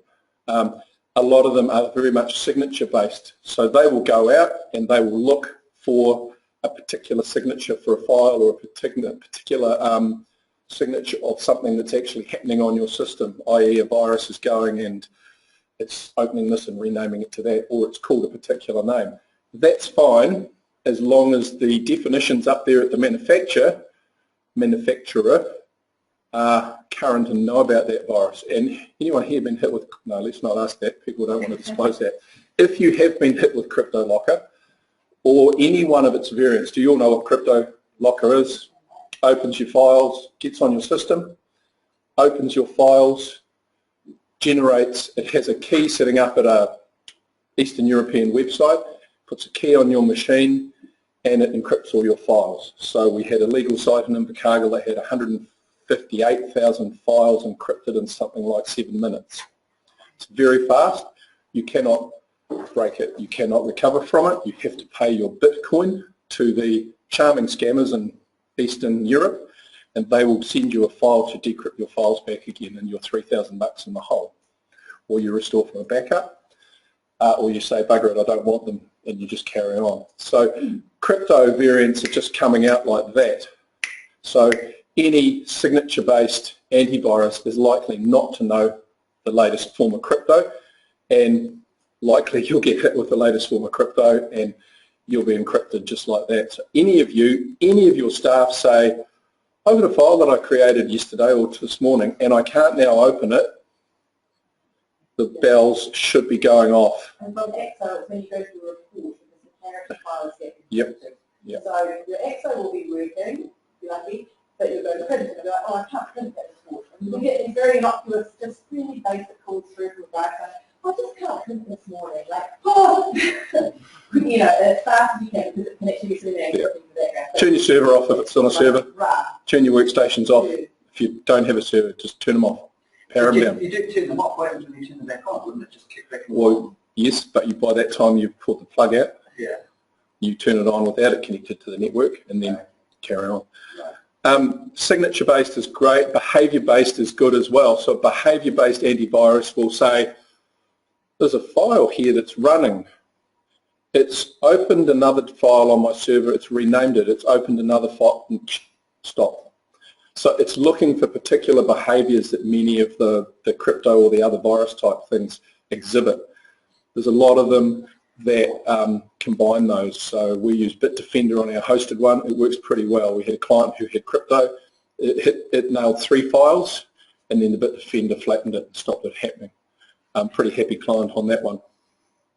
So, you know, you've got to pay for your antivirus. You just do. You cannot use AVG free. Firewalls I mentioned before, you should have a firewall, and again, you should be paying for a reasonable quality one, and you've got to pay every year for that firewall to be current. So a firewall is like someone standing at your mailbox. When the guy comes up with the junk mail, it says, bugger off, you're not putting anything in my mailbox. When the postie comes up with your legitimate mail, it says, yeah, I'll let you in, I'll let you put it in. So a firewall, depending on how you have it set, will open and check every packet of data that's coming into your network. Because every piece of data that you have brought into your network is a packet. It's a stream of data, certain size, and it knows how big it should be. And at the front there's a header, and at the end there's a footer, funnily enough. And the footer's got how much information's in that file, and the header checks in, it says you can go in. Your firewall will open that, it'll look at the data. If you're spam scanning, it will check it for spam if it's email. If you're AV scanning, it will check it for viruses.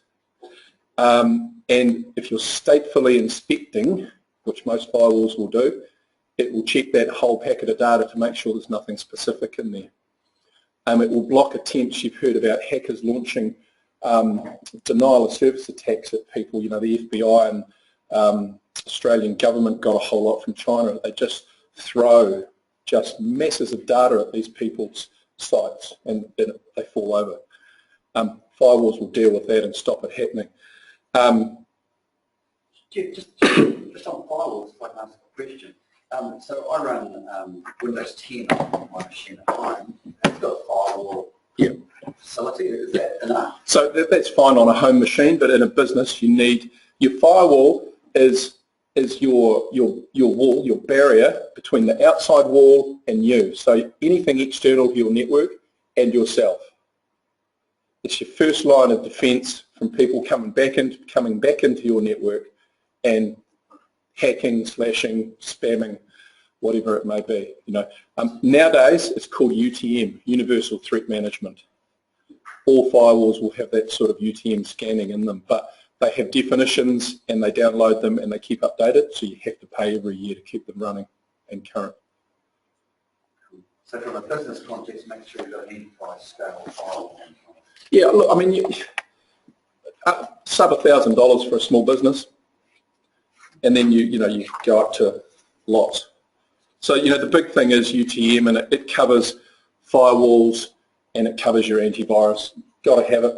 You just have to. It forms part of the whole DR scenario, which we just might go back onto now. We've sort of warmed up onto that. DR being disaster recovery, yeah. Where you bring it and go, we're down, we can't trade. So for you guys, it's an interesting one to bring to Christchurch. It doesn't just mean fires or earthquakes or buildings coming down and your server room's now not accessible, and unfortunately your backups are in the fireproof safe in the room next door, so they're not accessible either.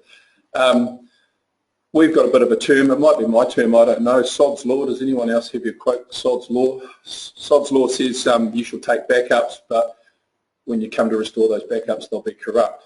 And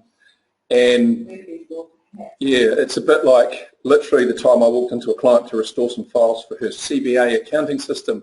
Anyone been around long enough to remember CBA, apart from Jackie? Yeah, DOS-based, real stunner. And she was very proud she had her backup tape off-site, and she pulled it out and it was covered in mayonnaise from her chicken sandwich that she had in her bag for her lunch. What do? You back up, you go back another day. Sod's Law also says if you have a disaster in your business, it'll happen at 4:30 in the afternoon. And if you're doing nightly backups, you've lost a whole day's work. Wow. So sequential tape backups or data backups to tape are great, and they're still used, and they're still used quite commonly, but they are slow, and they are being sequential when you need to restore from them. It's like the old days of cassette tapes, you know, you've got to forward wind to the song you actually want to play because you buy the whole tape and you only actually like 2 songs. To find that piece of data you want to restore, it can take a while for the mag tape to spin around. But for cost-effective off-site backups, they're portable and they're cheap. So tapes still have a very real place today. Couple of interesting stats about disaster recovery. I did a big workshop for Millbrook a while back, and we ended up spending more time talking about the kitchens than anything. The fact that they can't cook unless they've got extraction, that was part of the disaster recovery plan there. They've got all the guests in at Millbrook. They're not allowed to cook under a local bylaw unless they have extraction. So we got onto generators and we got onto power, and of course then there's refrigeration. Once the refrigeration's turned off and the chiller gets to a certain temperature, none of that food's allowed to be cooked either. It's really interesting what comes out of it when you actually talk to people about a disaster recovery plan. Has anyone got a disaster recovery plan? Has anyone even thought about it? You have? Yeah, we have a business continuity plan Yep. that covers everything. We have one. Have you sat down in a room and theoretically tested it to see how it would work? We actually run them. Good on you. We run twice a year. Wow. We do them. We have to. Yep. It's, You have it, is it compliance? yeah, we have, because we are Ministry of Social Development. We have standards that we have to follow. So the Ministry of Social Development makes you do that, makes you test it. We have audits. Yep. Every 3 years, and that's something that they look at. So we do have to have. We just have to try it. Yeah. Great, great. So some of the scary stats are 90% of recovery plans are tested for the first time when they needed to be used, and and of those 90% are incomplete and don't work, and 68% of clients don't even restore their backups. Does anyone actually do selective file restores off their backups every month, every 2 months? Do you know your backups work? How do you know your backups work? Yeah, that's not true. You do it 6 monthly? Yeah, You just pick a file and restore it, or do you? yeah, after we use the IT company. Yep. Yep. So they come and they check it? Yep. We outsource this, going back in the previous life, we outsourced all our backup to an IT company, and we were paying them a lot of money to do the backups, and then we did that disaster software. Mr. IT company, please do backup, and they tried to do backup and it failed. Yep. So they weren't testing it, and we were paying them to do it. So you imagine the litigation that we went through, because then I was seriously. Yep. You've got to be able to do it. You should be able to. You should be able to have access to that yourself and just pick files out of it. So do any of you know if you use imaging products or not nowadays for backing up? Shadow Protect is a very common one. Veeam is another common one. Okay, so the better way nowadays, instead of having a sequential backup that spins out to a tape for your only backup, is you just literally take a snapshot of the whole server. So that whole server you've got sitting there, or workstation, just gets lifted off in a file. And the beauty about that is every half an hour or quarter of an hour, you can then go and take another snapshot of just the changes. So you can have a payroll file that's been open for half an hour, for 4 hours, and you can make a complete and utter hash of it and trash your payroll file. If you're using imaging, you can drop back to 345 or 330 or 315 and restore the file at that and know you've only lost a few records, rather than go right back to the start of the payroll, restore it and then rekey everything.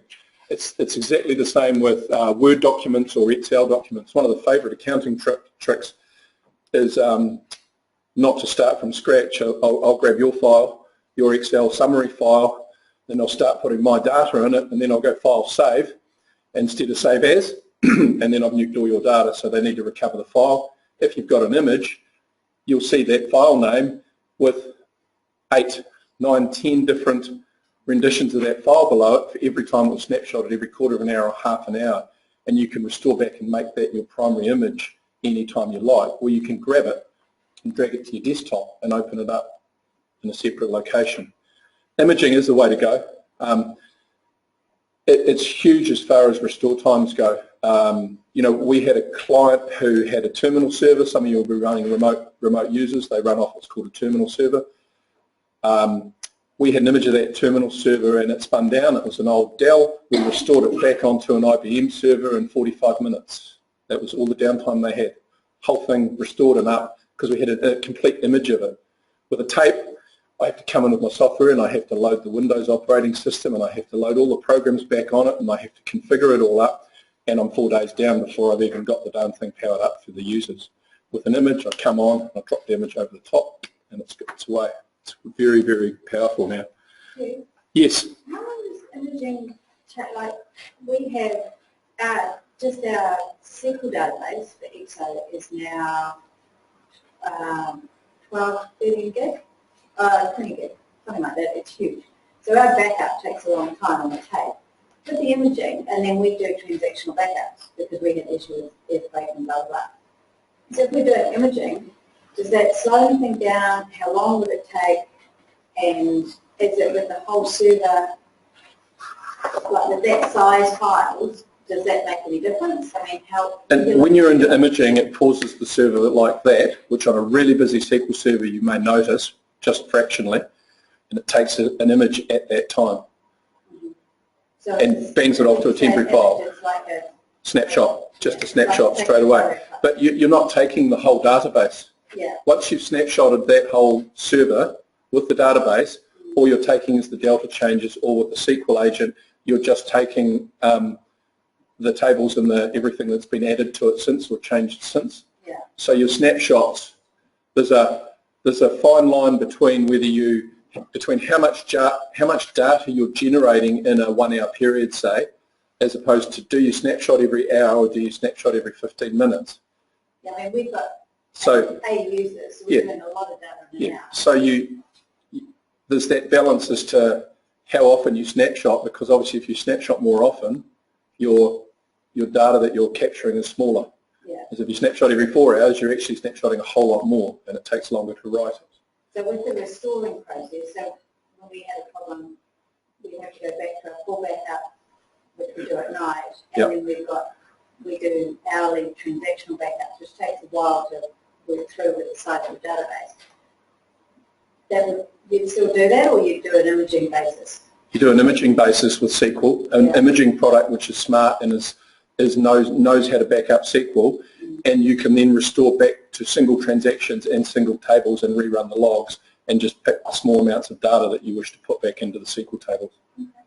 You can literally repopulate just one value if you want to, and it will roll it back for you. They're pretty smart.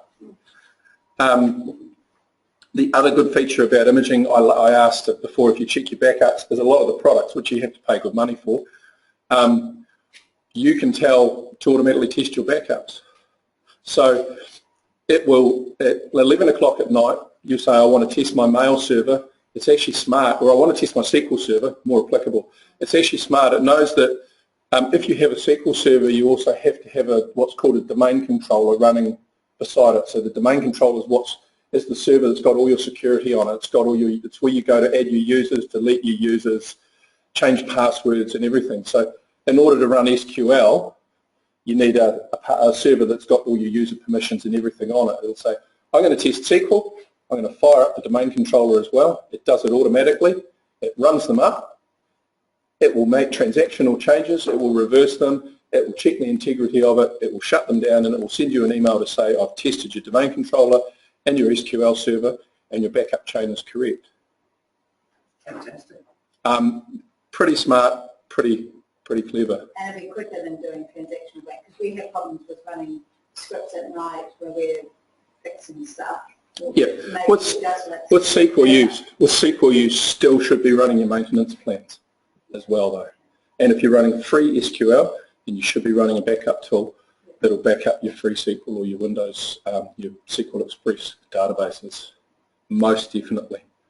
So imaging, yeah, very much part of it. You can get free product out there. Veeam, V-E-E-A-M, do a free workstation product. You can throw it on your workstation. They don't do a free server product though. Veeam is awesome. definitely our product of choice. Who knows what RPO and RTO are? They're TLAs. I told off this, so They're the two most important, they're the two absolutely most important things in your business.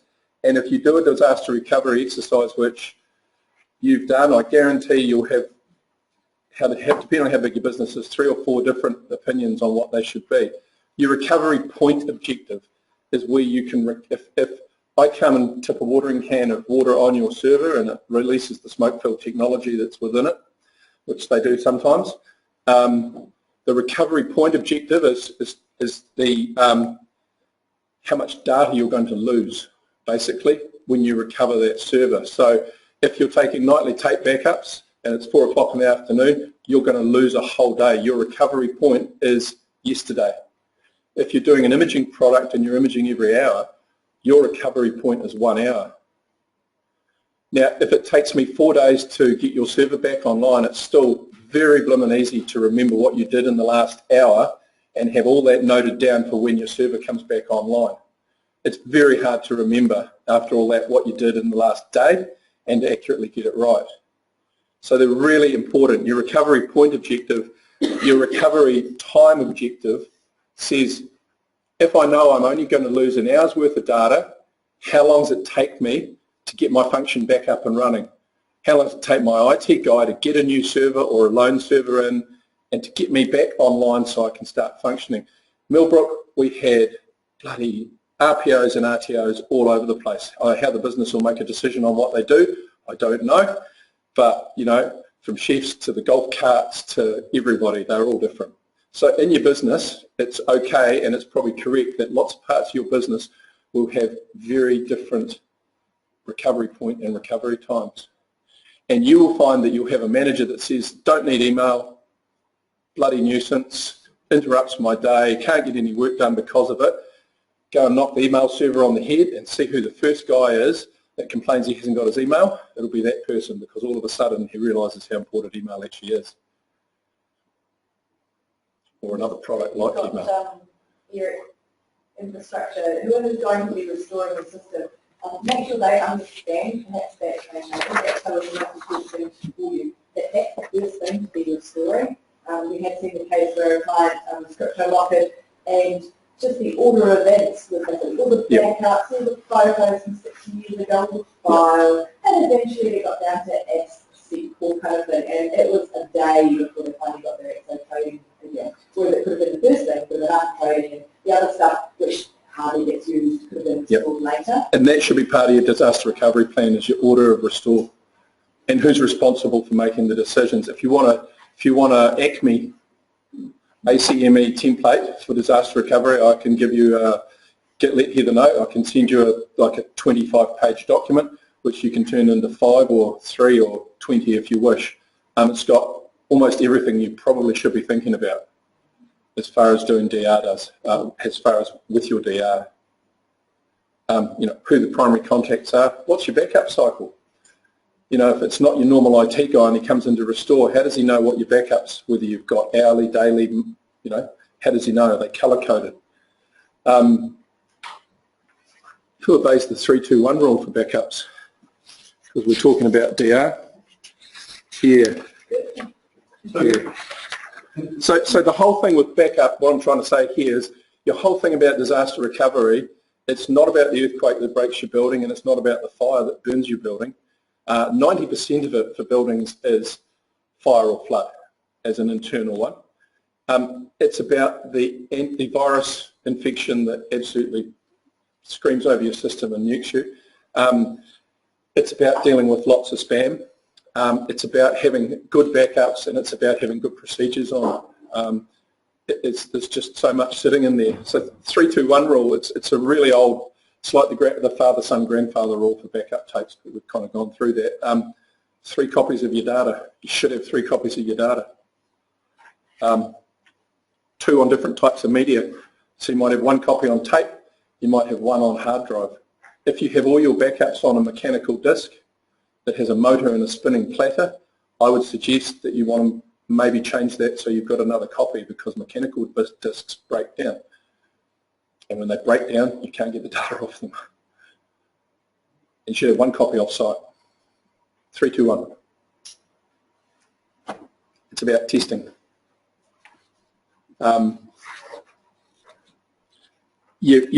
We had an occasion in Invercargill some years back, a furniture guy had his PC with Profax accounts on it, which is a pretty old package. He had a fire and the building was raised, and he had his floppy disk backups in the top drawer of the desk beside the PC.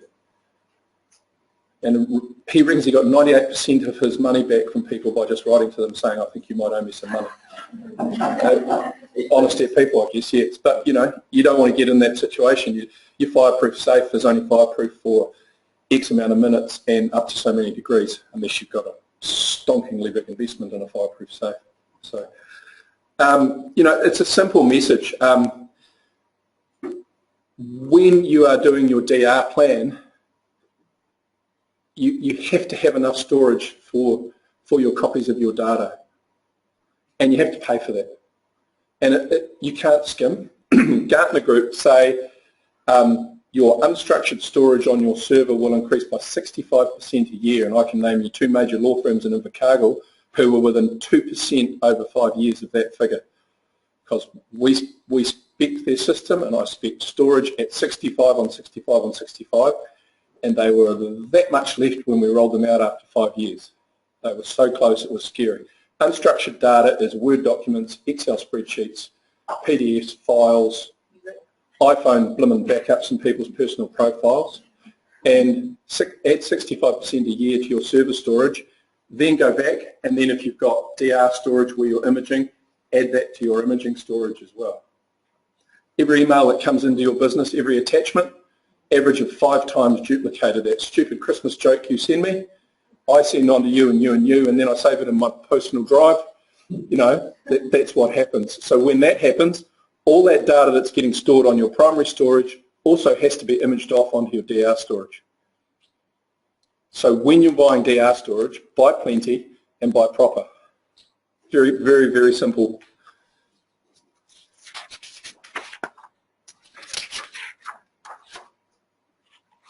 Cloud. Got any questions? Anything on DR? That means antivirus, firewalls, or DR procedures. We're going to go back to business and check your DR. Yes. What about the focus was asked the model and the 3 various states of the location, can't we? Yep, 3-2-1 rule. Yeah, cover that. It's part of cloud. Yeah. So trying to kind of tie these all in. We talk about cloud. It's just your stuff on someone else's computer, really. At the end of the day, that's all it is.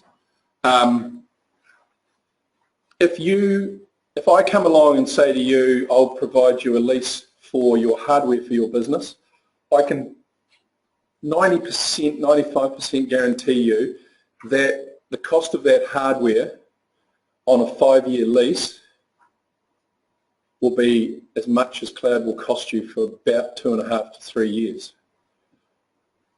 And you don't own anything, you're just renting it. So, and we provide cloud, and we've got a lot of people sitting in our cloud. And so when you go to price something in the cloud and you think, geez, that's expensive, there's cloud providers and there's other people who provide cloud. Johnny come lately from university can provide you a cloud sitting on a PC in his living room, and that's how some of the cloud providers started in Wellington, literally in a flat, in a scarfy flat in Wellington. You don't really want your gear sitting on that sort of equipment. You need a good provider. You need someone who has cyber insurance for a start. So we pay a lot of money every year for cyber insurance. If we get flattened by a virus on our cloud system, we have cyber insurance to cover that. It covers everything from restoring it to getting PR people in to explain to you that it wasn't our fault, and probably it was, because if it got in, it's probably our fault.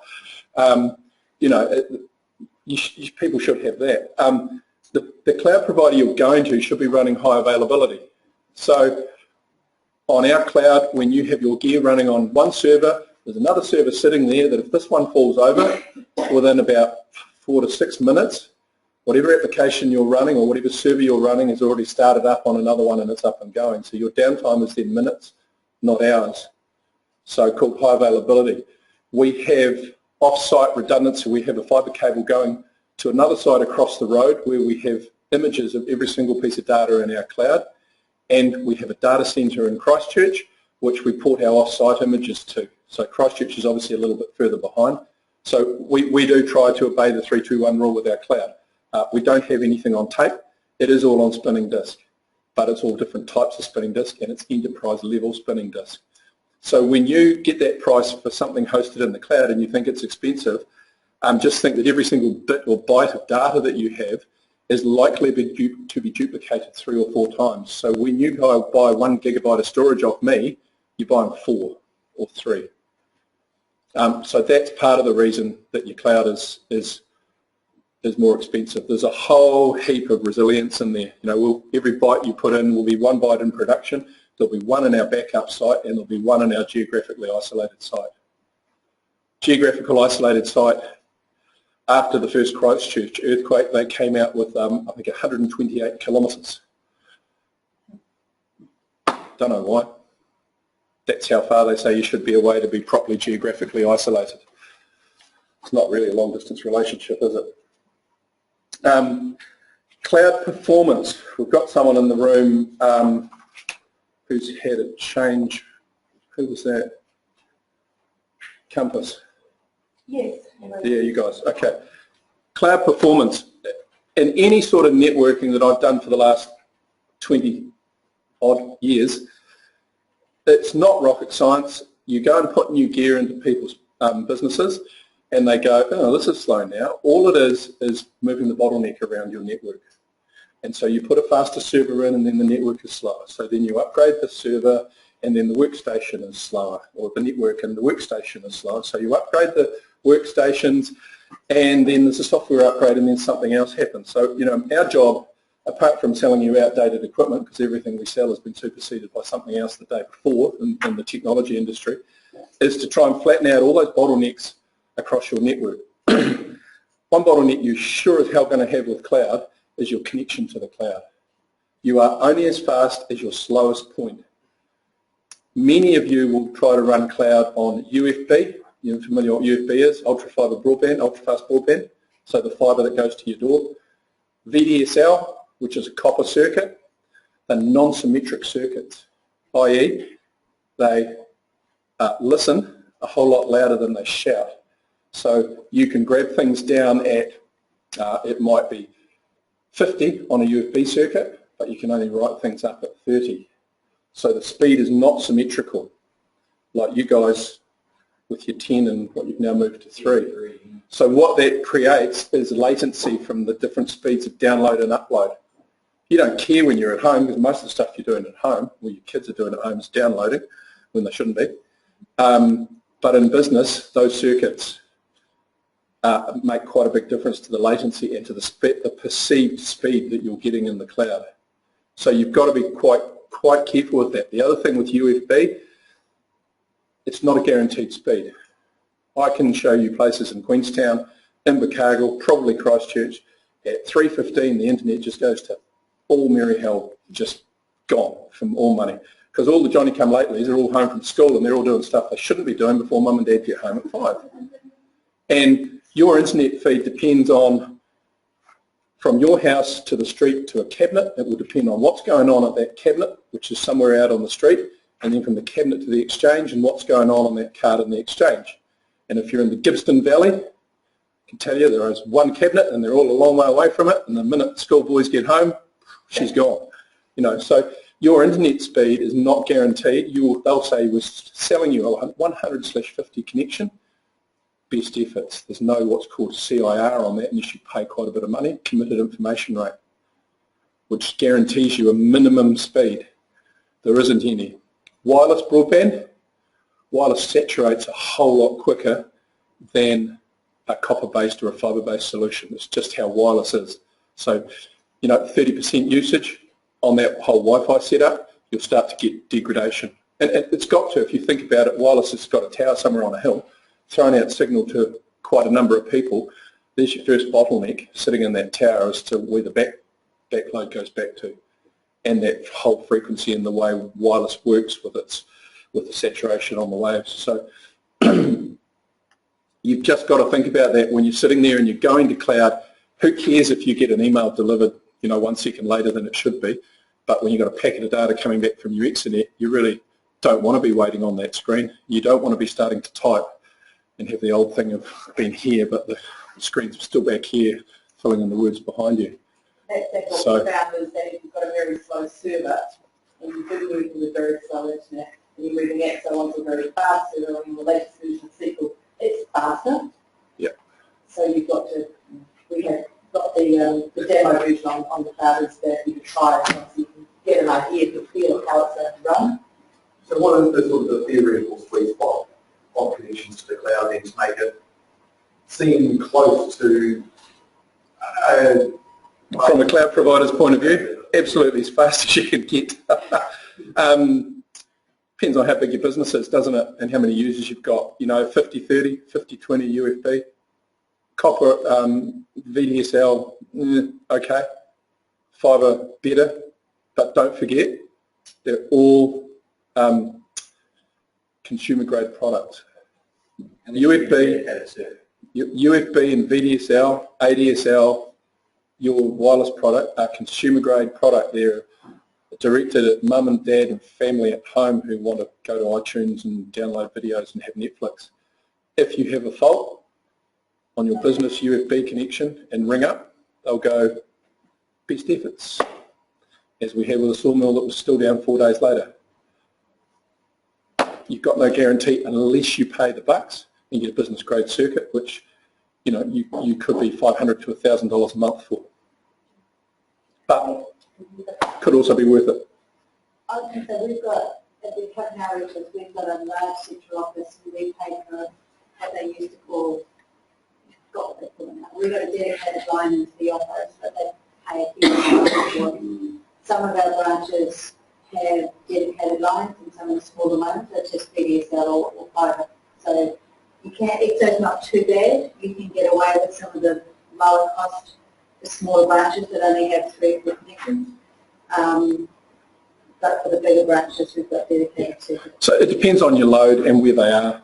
I mean, we can put connections in, or we're putting connections, we're selling connections in Invercargill for about $700 a month, which is a guaranteed 100 meg to the internet, true speed, up and down, unlimited data. You can get your own private connection between you and your branch if you wish. Your own pipe, your own piece of copper, no contention, no one else on it. It's all about dollars.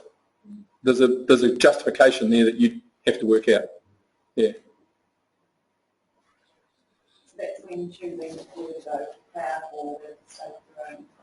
Yep. Yep. But one of the terms I've got written down here is hybrid. A lot of people use hybrid, and it is the new term. I mean, cloud does not suit a lot of people. We're a boat manufacturer in Invercargill. Imagine trying to run routers and lasers from something in the cloud. You can't do it. You have to have lots of storage because the boats have got gigabytes of drawings. You'll have the same. You'll have huge amounts of storage. You need that on site. Cloud is suited to certain activities. Pumping a lot of data up and down isn't one of them unless you've got a really, really quick, expensive connection.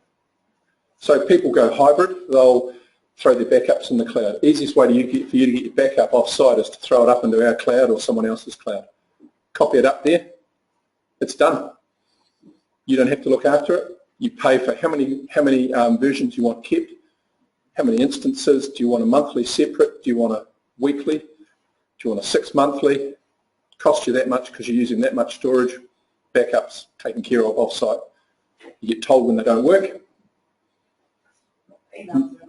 Monitored. Email, another one, real easy in the cloud. 365 is cloud. We have one. The dog has one, to be honest. So people dip their toes in. Mail scrubbing. Mail scrubbing is another one. So we run a scrubbing set of servers. We've got 600 people going through our mail scrubbing. It simply means that you change your mail record, It comes into our servers, gets scrubbed, virus checked, spam checked, and then bounces out to your email. Doesn't have to be, it could then go to 365, it could go to anywhere else, but your scrubbing is just done in one particular place. Antivirus in the cloud is another one. You know, $4 a user a month, and you don't have to upgrade that antivirus, you don't have to check the definitions on it, you don't have to keep it current because it's all managed from a cloud server. Email hosting you know about, you can run Microsoft Outlook, you can access it from a phone, you can access it from a web browser. Someone else's server, you get this whopping great stonking big chunk of data, like 25 gig per user, which if you use, I'd suggest you're a little disorganized with email. And you just leave your emails in the cloud. Backups we've talked about, you can put your whole server in the cloud. There are a couple of people here who've got XO in the cloud, you can throw your whole server in the cloud. You just have to pay for the storage and your data and everything that's on there. And I'm going to look at my email, and it's not because I'm checking emails, because I have some statistics for you. So I emailed our guy at work, and that's not about him going early to pick his son up. So the last 12 months, our mail scrubbing, 1.7 terabytes of inbound mail. It's quite a lot. 17 million emails, 13 million were spam. Okay, and 16,000 of them were virus infected. So that's just our mail, 600 odd users. The last month, 413,000 spam messages blocked out of 750,000 emails. So more than half. 4 a.m. is where we generally block the most spam and most viruses coming into our system. And last month, the worst day, we had 84,000 spam messages blocked in a 24-hour period. The following 2 days saw just under 50,000 for the 2 days. So there used to be a pretty, I should have bought it actually. I'll give it to you, Bruce. Shamelessly sales-related spreadsheet that you put down the emails and how long you spent dealing with spam messages a day, and then put down your value per hour, and it told you how much money you had to pay for a spam solution. And I'd suggest it's a lot more than you probably think. Spam is, you know, we're just smacking it everywhere. So we take a lot of emails out. And we got people that are skeptical, and we say, run your email through our cloud, we'll give it to you for a month. And they come back and they go, ooh, okay. Hosted XO, Heather made me put this in. Would you like to read it because you wrote it? You know, it's cost effective. You know, to run full XO, you've got to pay for SQL Server, and Microsoft is not the richest man in the world because he bloody gives the software away. It's horrendous how much SQL costs, full version if you need it. You've got to pay for your server to run it. You've got to have your processors, your memory, you've got to have your disk space. You've got to have enough space to keep your SQL backups. You've got to maintain it. Hosted XO, you pay per user. You still have to buy your XO licenses, and you just pay per user, and it just becomes a monthly cost. Your backups are done for you. You can do more backups if you want to, but there's a certain amount of backups done as part of that. You access the software via a web page, you log in, it takes you to a remote session, you've got a printer plugged into your thing, it loops back, and you just go. Unless you bought the printer from Harvey Norman at $99, in which case it might not go, but it usually does. You know, it's a good way of doing it if you're a smallish user, or if you just don't want to put capital expense out and want to run on a monthly cost. How much have I got? Oh, I've got a bit more time. I'll do it. Damn. The last thing I wanted to talk about was something completely unrelated to anything DR related, or it's related to cloud. It's SIP. Who knows what SIP is? Session Initiated Protocol. It means absolutely nothing apart from its internet telephony, IP telephony. Who runs their phones over the internet? You do? Yep. Quite a few. Yeah, it's a few. So why do you do that? You do it firstly because Spark or Vodafone are going to charge you $45, someone tell me, $65 a landline, roughly? Is it? 45. What's an analog line? 45, let's say 45. a SIP line costs you about $10. So there's $30 a month saving. You do it for the fact that you can get cheaper direct dial DDIs, numbers that I can dial straight and rings on your phone instead of at the receptionist. You do it because calls can be marginally cheaper. You can buy a call plan and buy it in bulk lots. And you do it because portability is fantastic. So I've got my client on this, my 3CX. We run a hosted solution, Float for Focus. We run a hosted solution called 3CX. It's got a client, my extension's on my phone. So I'm sitting here, if I hadn't turned it off, and my extension on my desk rings in Invercargill, it will ring here, and it's an extension to extension call across the data network. It just uses cellular data, which most of you have free with your cell plans. So we got a little client in Invercargill called Slinkskins. They are in a place called Thornbury, and I should have bought a present for anyone who knows where Thornbury is. It's halfway to Riverton. It has got nothing, including any form of fast internet connection, and they paid significantly well into 5 figures to get a fibre connection put in from there to the exchange, and they run everything off our cloud. Slinkskins take the slinkies at the gates from the farmers, the lambs, and make them into, they sell to Versace, do they make clothes or is it perfume? Someone can correct me. They sell to lots of people in Europe, the skins, and they do calf skins as well. They're a pretty hot little business actually. They spend a massive amount of time in mainland Europe and Eastern Europe. And one of them called up the other day, called Paul, who sold them the solution, said, "This is bloody great." So why is that? I'm in my hotel, I'm in wherever it was, France or somewhere, and this call's not costing me a cent. I'm on the free hotel Wi-Fi. We love it. You know, they were calling off their cell phone, off their 3CX client, and make an extension call back to the person in the office if they wanted to. It's pretty powerful, that whole portability thing. And of course, if you've got the 3CX or the whatever it may be, the ABC phone system at work, and you have the client, everything you do on your desk phone comes with this. All my last incoming, outgoing, and missed calls are on this with the caller ID. I've got 4,500 contacts in here. You will all be in here because you will all be in our Ethernet contacts. You will all be on my phone because it syncs with my contacts. So, you know, you've got that call at your desk and then you're out and you think, geez, who was that person? What was that? I know they called at 11 o'clock.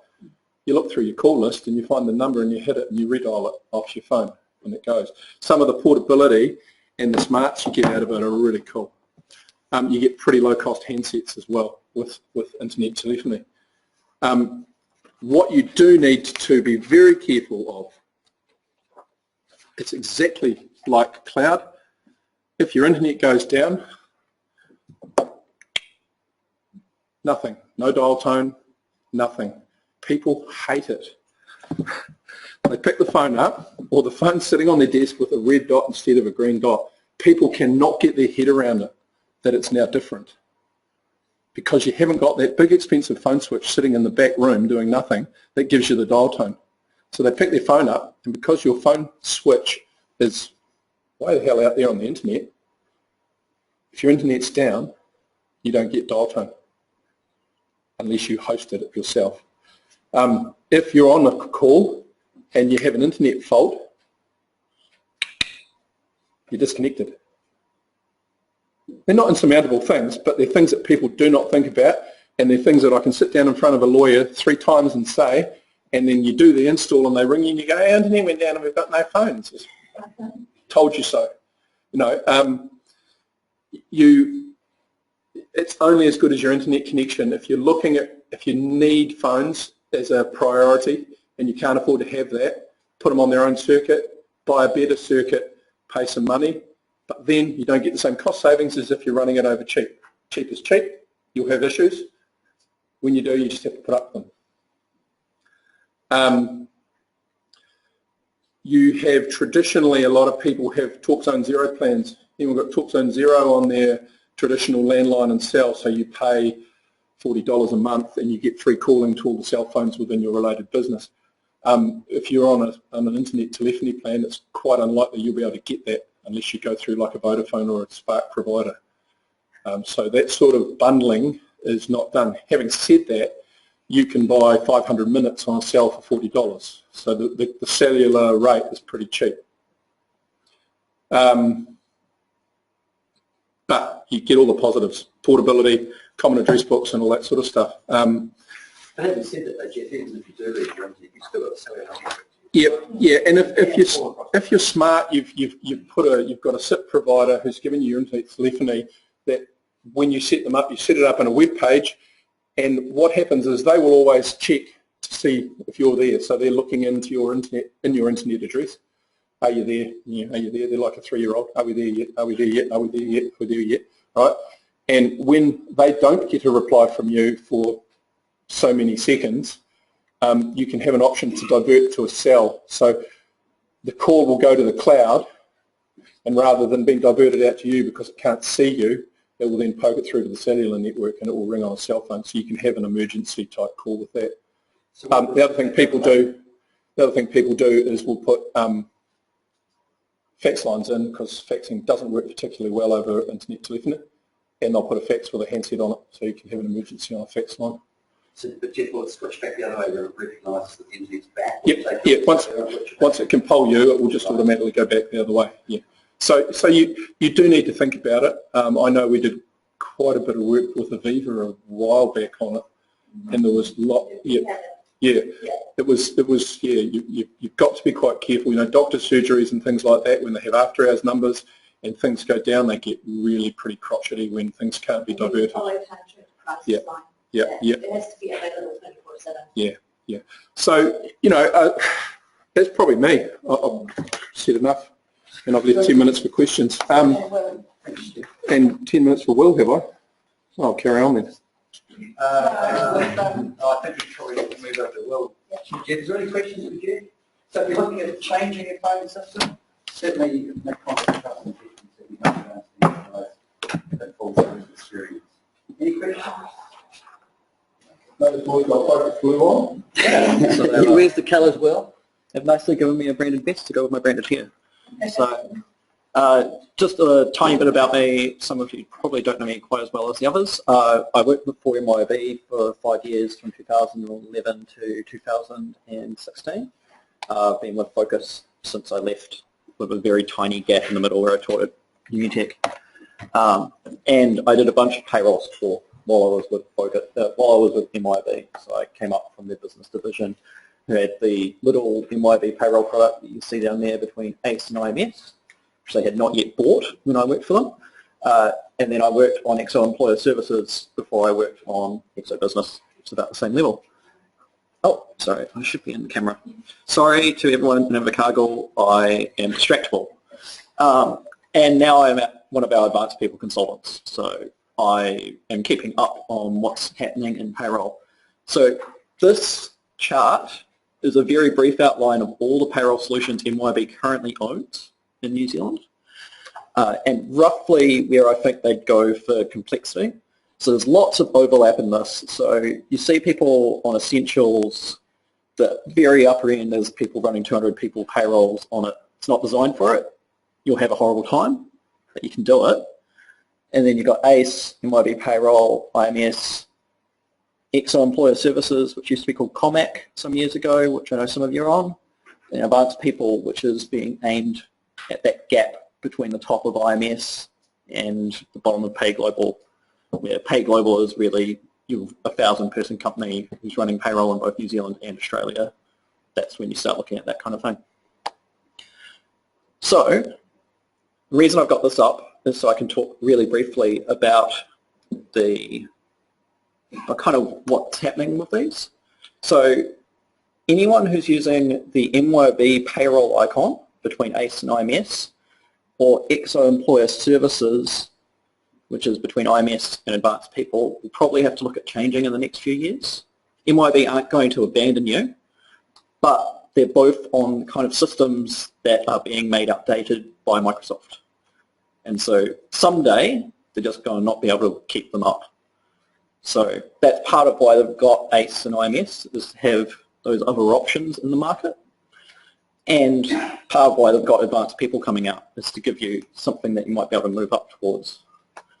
So in general, if you're below, I think it's below 100 employees, you're probably fine below IMS, and otherwise you'd be looking at further up, but it comes down to a lot of what are your time-sheeting requirements, what are your salaries, how complex is your payroll. So, if everyone is salaried, you might be able to get away with essentials for absolutely everything because it's quite simple when everyone's salaried. But if everyone's on a really complex basis, probably want something a bit further up the scale. So, Advanced People is the new option from MYOB. It was launched last month, and I just want to briefly talk about its advantages. So, the main thing is that it's contemporary, it's fully featured, so a lot of those payroll solutions you'll have seen, whichever one your company uses, they look really old because the look was set when they were made, and they can be quite hard to use if you don't know the exact screens to click on. So this has been made much more in line with, they've actually got experts in who go, here's what people like to click on in what order, and then they've taken it to people to test. They've gone, I want to click on it in this order, and then they've gone back and changed it around. So that's really great. So a lot of the payroll products, because it's mandatory to have one, they end up being really horrible to use sometimes. So it's fully cloud-based. So if you want something that is cloud backup, and as Jeff touched on very briefly, fires, floods, earthquakes, the 2011 earthquakes were a famously bad time to be a payroll support person at MYOB, because every single person from Christchurch called up to say, oh my God, I need to pay people and everything's gone. How do I do it? So you'll have that bit of security be on the Amazon servers. So the online tax engine, the most annoying thing about almost every payroll solution is making sure that you update it and keep yourself compliant with all the weird little changes that come through. It's way too easy to get out of date on those. This will not have to deal with that. Same goes for Essentials down the bottom of that chart. They've both got the same tax engine, which is going to be worked on all the time. There's lots of investment from MYOB, and it's always compliant. And especially with Advanced, there's lots of configuration options. So it can do a lot of different things based on what your employees are about.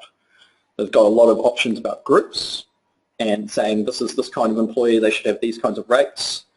I wouldn't want to sell it to you if you had really complex needs today, but it will be fantastic for those really complex needs in a couple of months. And it's secure and anywhere on your browser, which, again, one of the people who's just been talking to us, real interested in Advanced People, they've got 600 employees, they're spread over 25 sites. At the moment, everyone fills out their timesheets and sends it into head office. Someone spends all week just entering payroll, then hopefully they'll be able to move to having 25 payroll people. You can see just their branch's information because we can lock it down to just that information. They can process what they need to. They won't have any extra access, and then it can all be approved by someone more senior up the pole.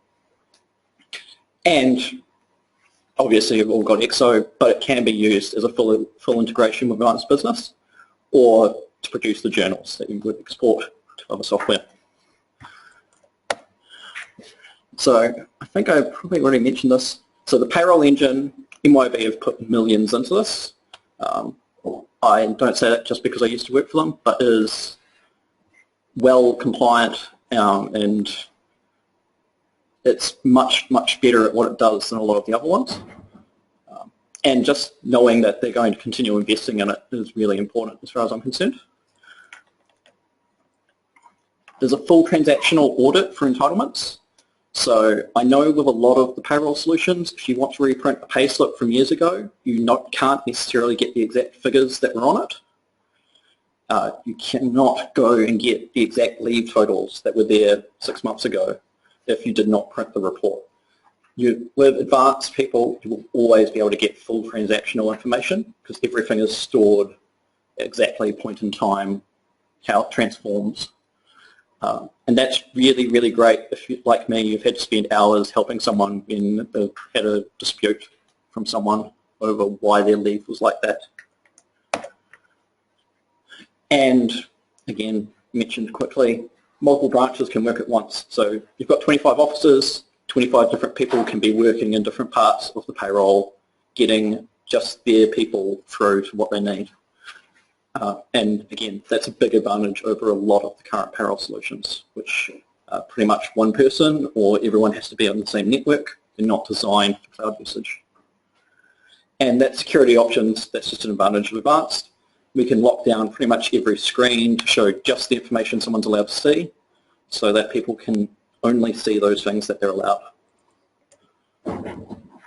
And again, as a modern solution, it's got fully flexible reporting. So initial solutions, a lot of those older ones, got really great reports, but if you've tried to get something extra out of MYOB payroll, you'll know you can't necessarily go and add those extra links or the extra information. You have to send it out to Excel and do lots of work. Instead, we can actually just modify the reports or the payslips to have exactly what you need on them. Payslip modification is probably a bit easier in New Zealand. In Australia, there's much more set on the legal requirements for what makes a payslip. Oh, that was me. Thanks. Does anyone have questions about payroll? Yeah. Are they going to do an upgrade path, or what are they going to do? Are they going to take those So, employee services? What's going to happen? at the moment, I know that MYOB are going to keep producing updates for employer services and MYOB payroll for the next few years, but they don't know when FoxPro will just stop working in Windows. So you'll be fine on an older server, but if you were keeping right up to date, they'll just stop one day. I assume they will get an upgrade path before that. I mean, we have transitioned a couple of our payrolls off employer services into Advanced People, or are transitioning currently. So we'll have some pathing. They're also talking about licensing, aren't they? So you had something from the conference about licensing for Advanced People. Look, yeah, licensing is disclosed. You know what licensing looks Well, I'm pretty sure that MYOB are offering some kind of licensing cutover, so that if you've paid for about a year of employer services, then you can get some credit towards the advanced swaps. Yep. Sorry.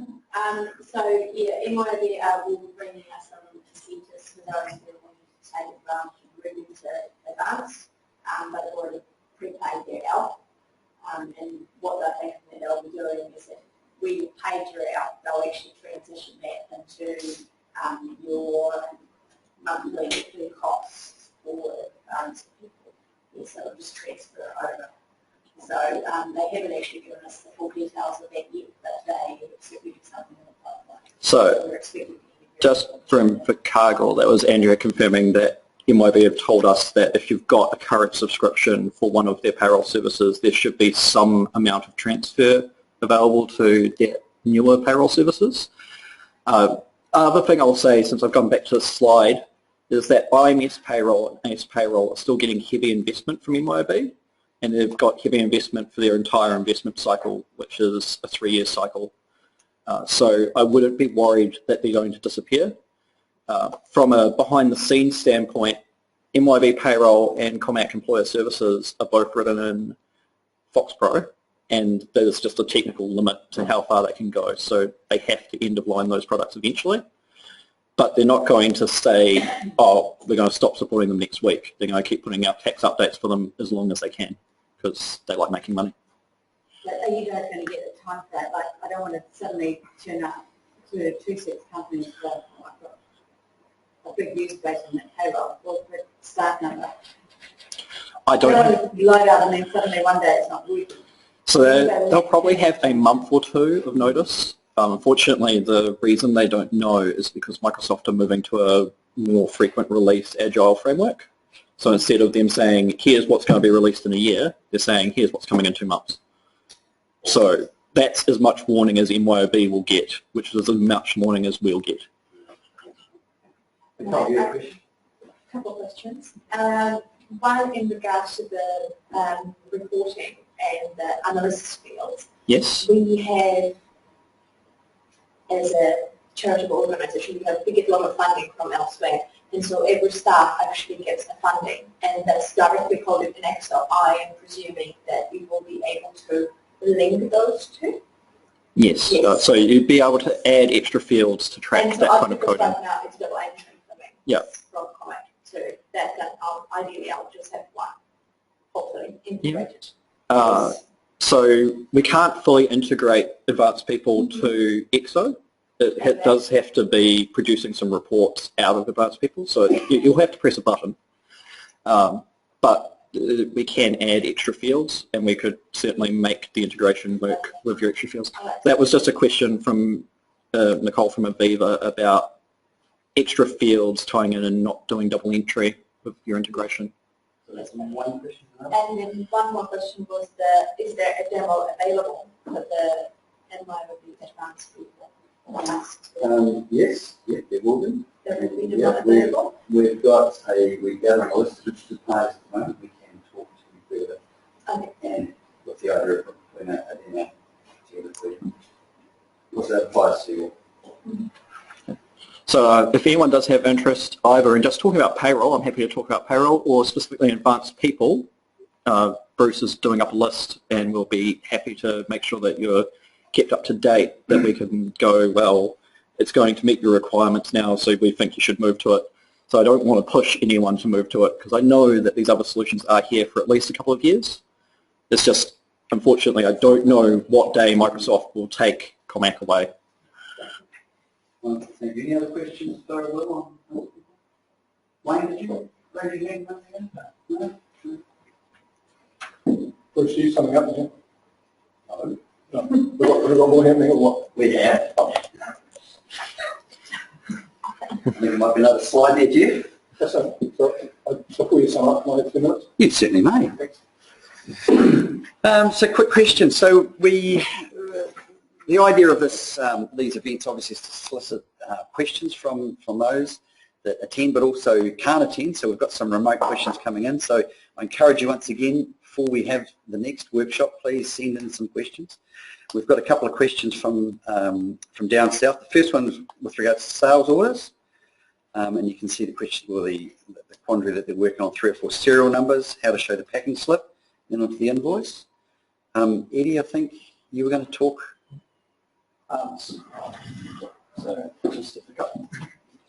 So just with sales orders, I think most of you probably already have this happening on your sales orders forms, whether or not you even have serial numbers turned on.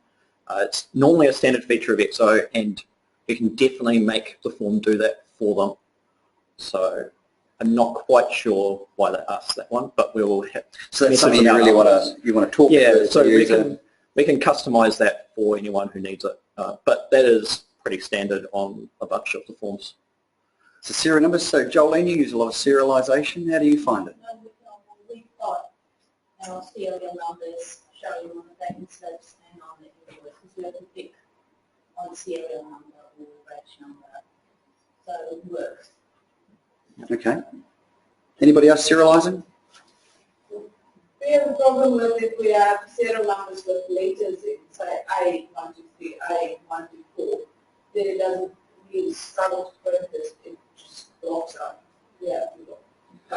I can talk to you later. I'll be happy to look into that for you. There's a couple of things I can think of off the top of my head that might be causing it. So that's using so for a remote viewers, that's a serialization where you're using alphanumerics? Yeah, and so yesterday we had one where you used like the letter A. We normally don't use letters, but every time we do, we have problems with it when there's several.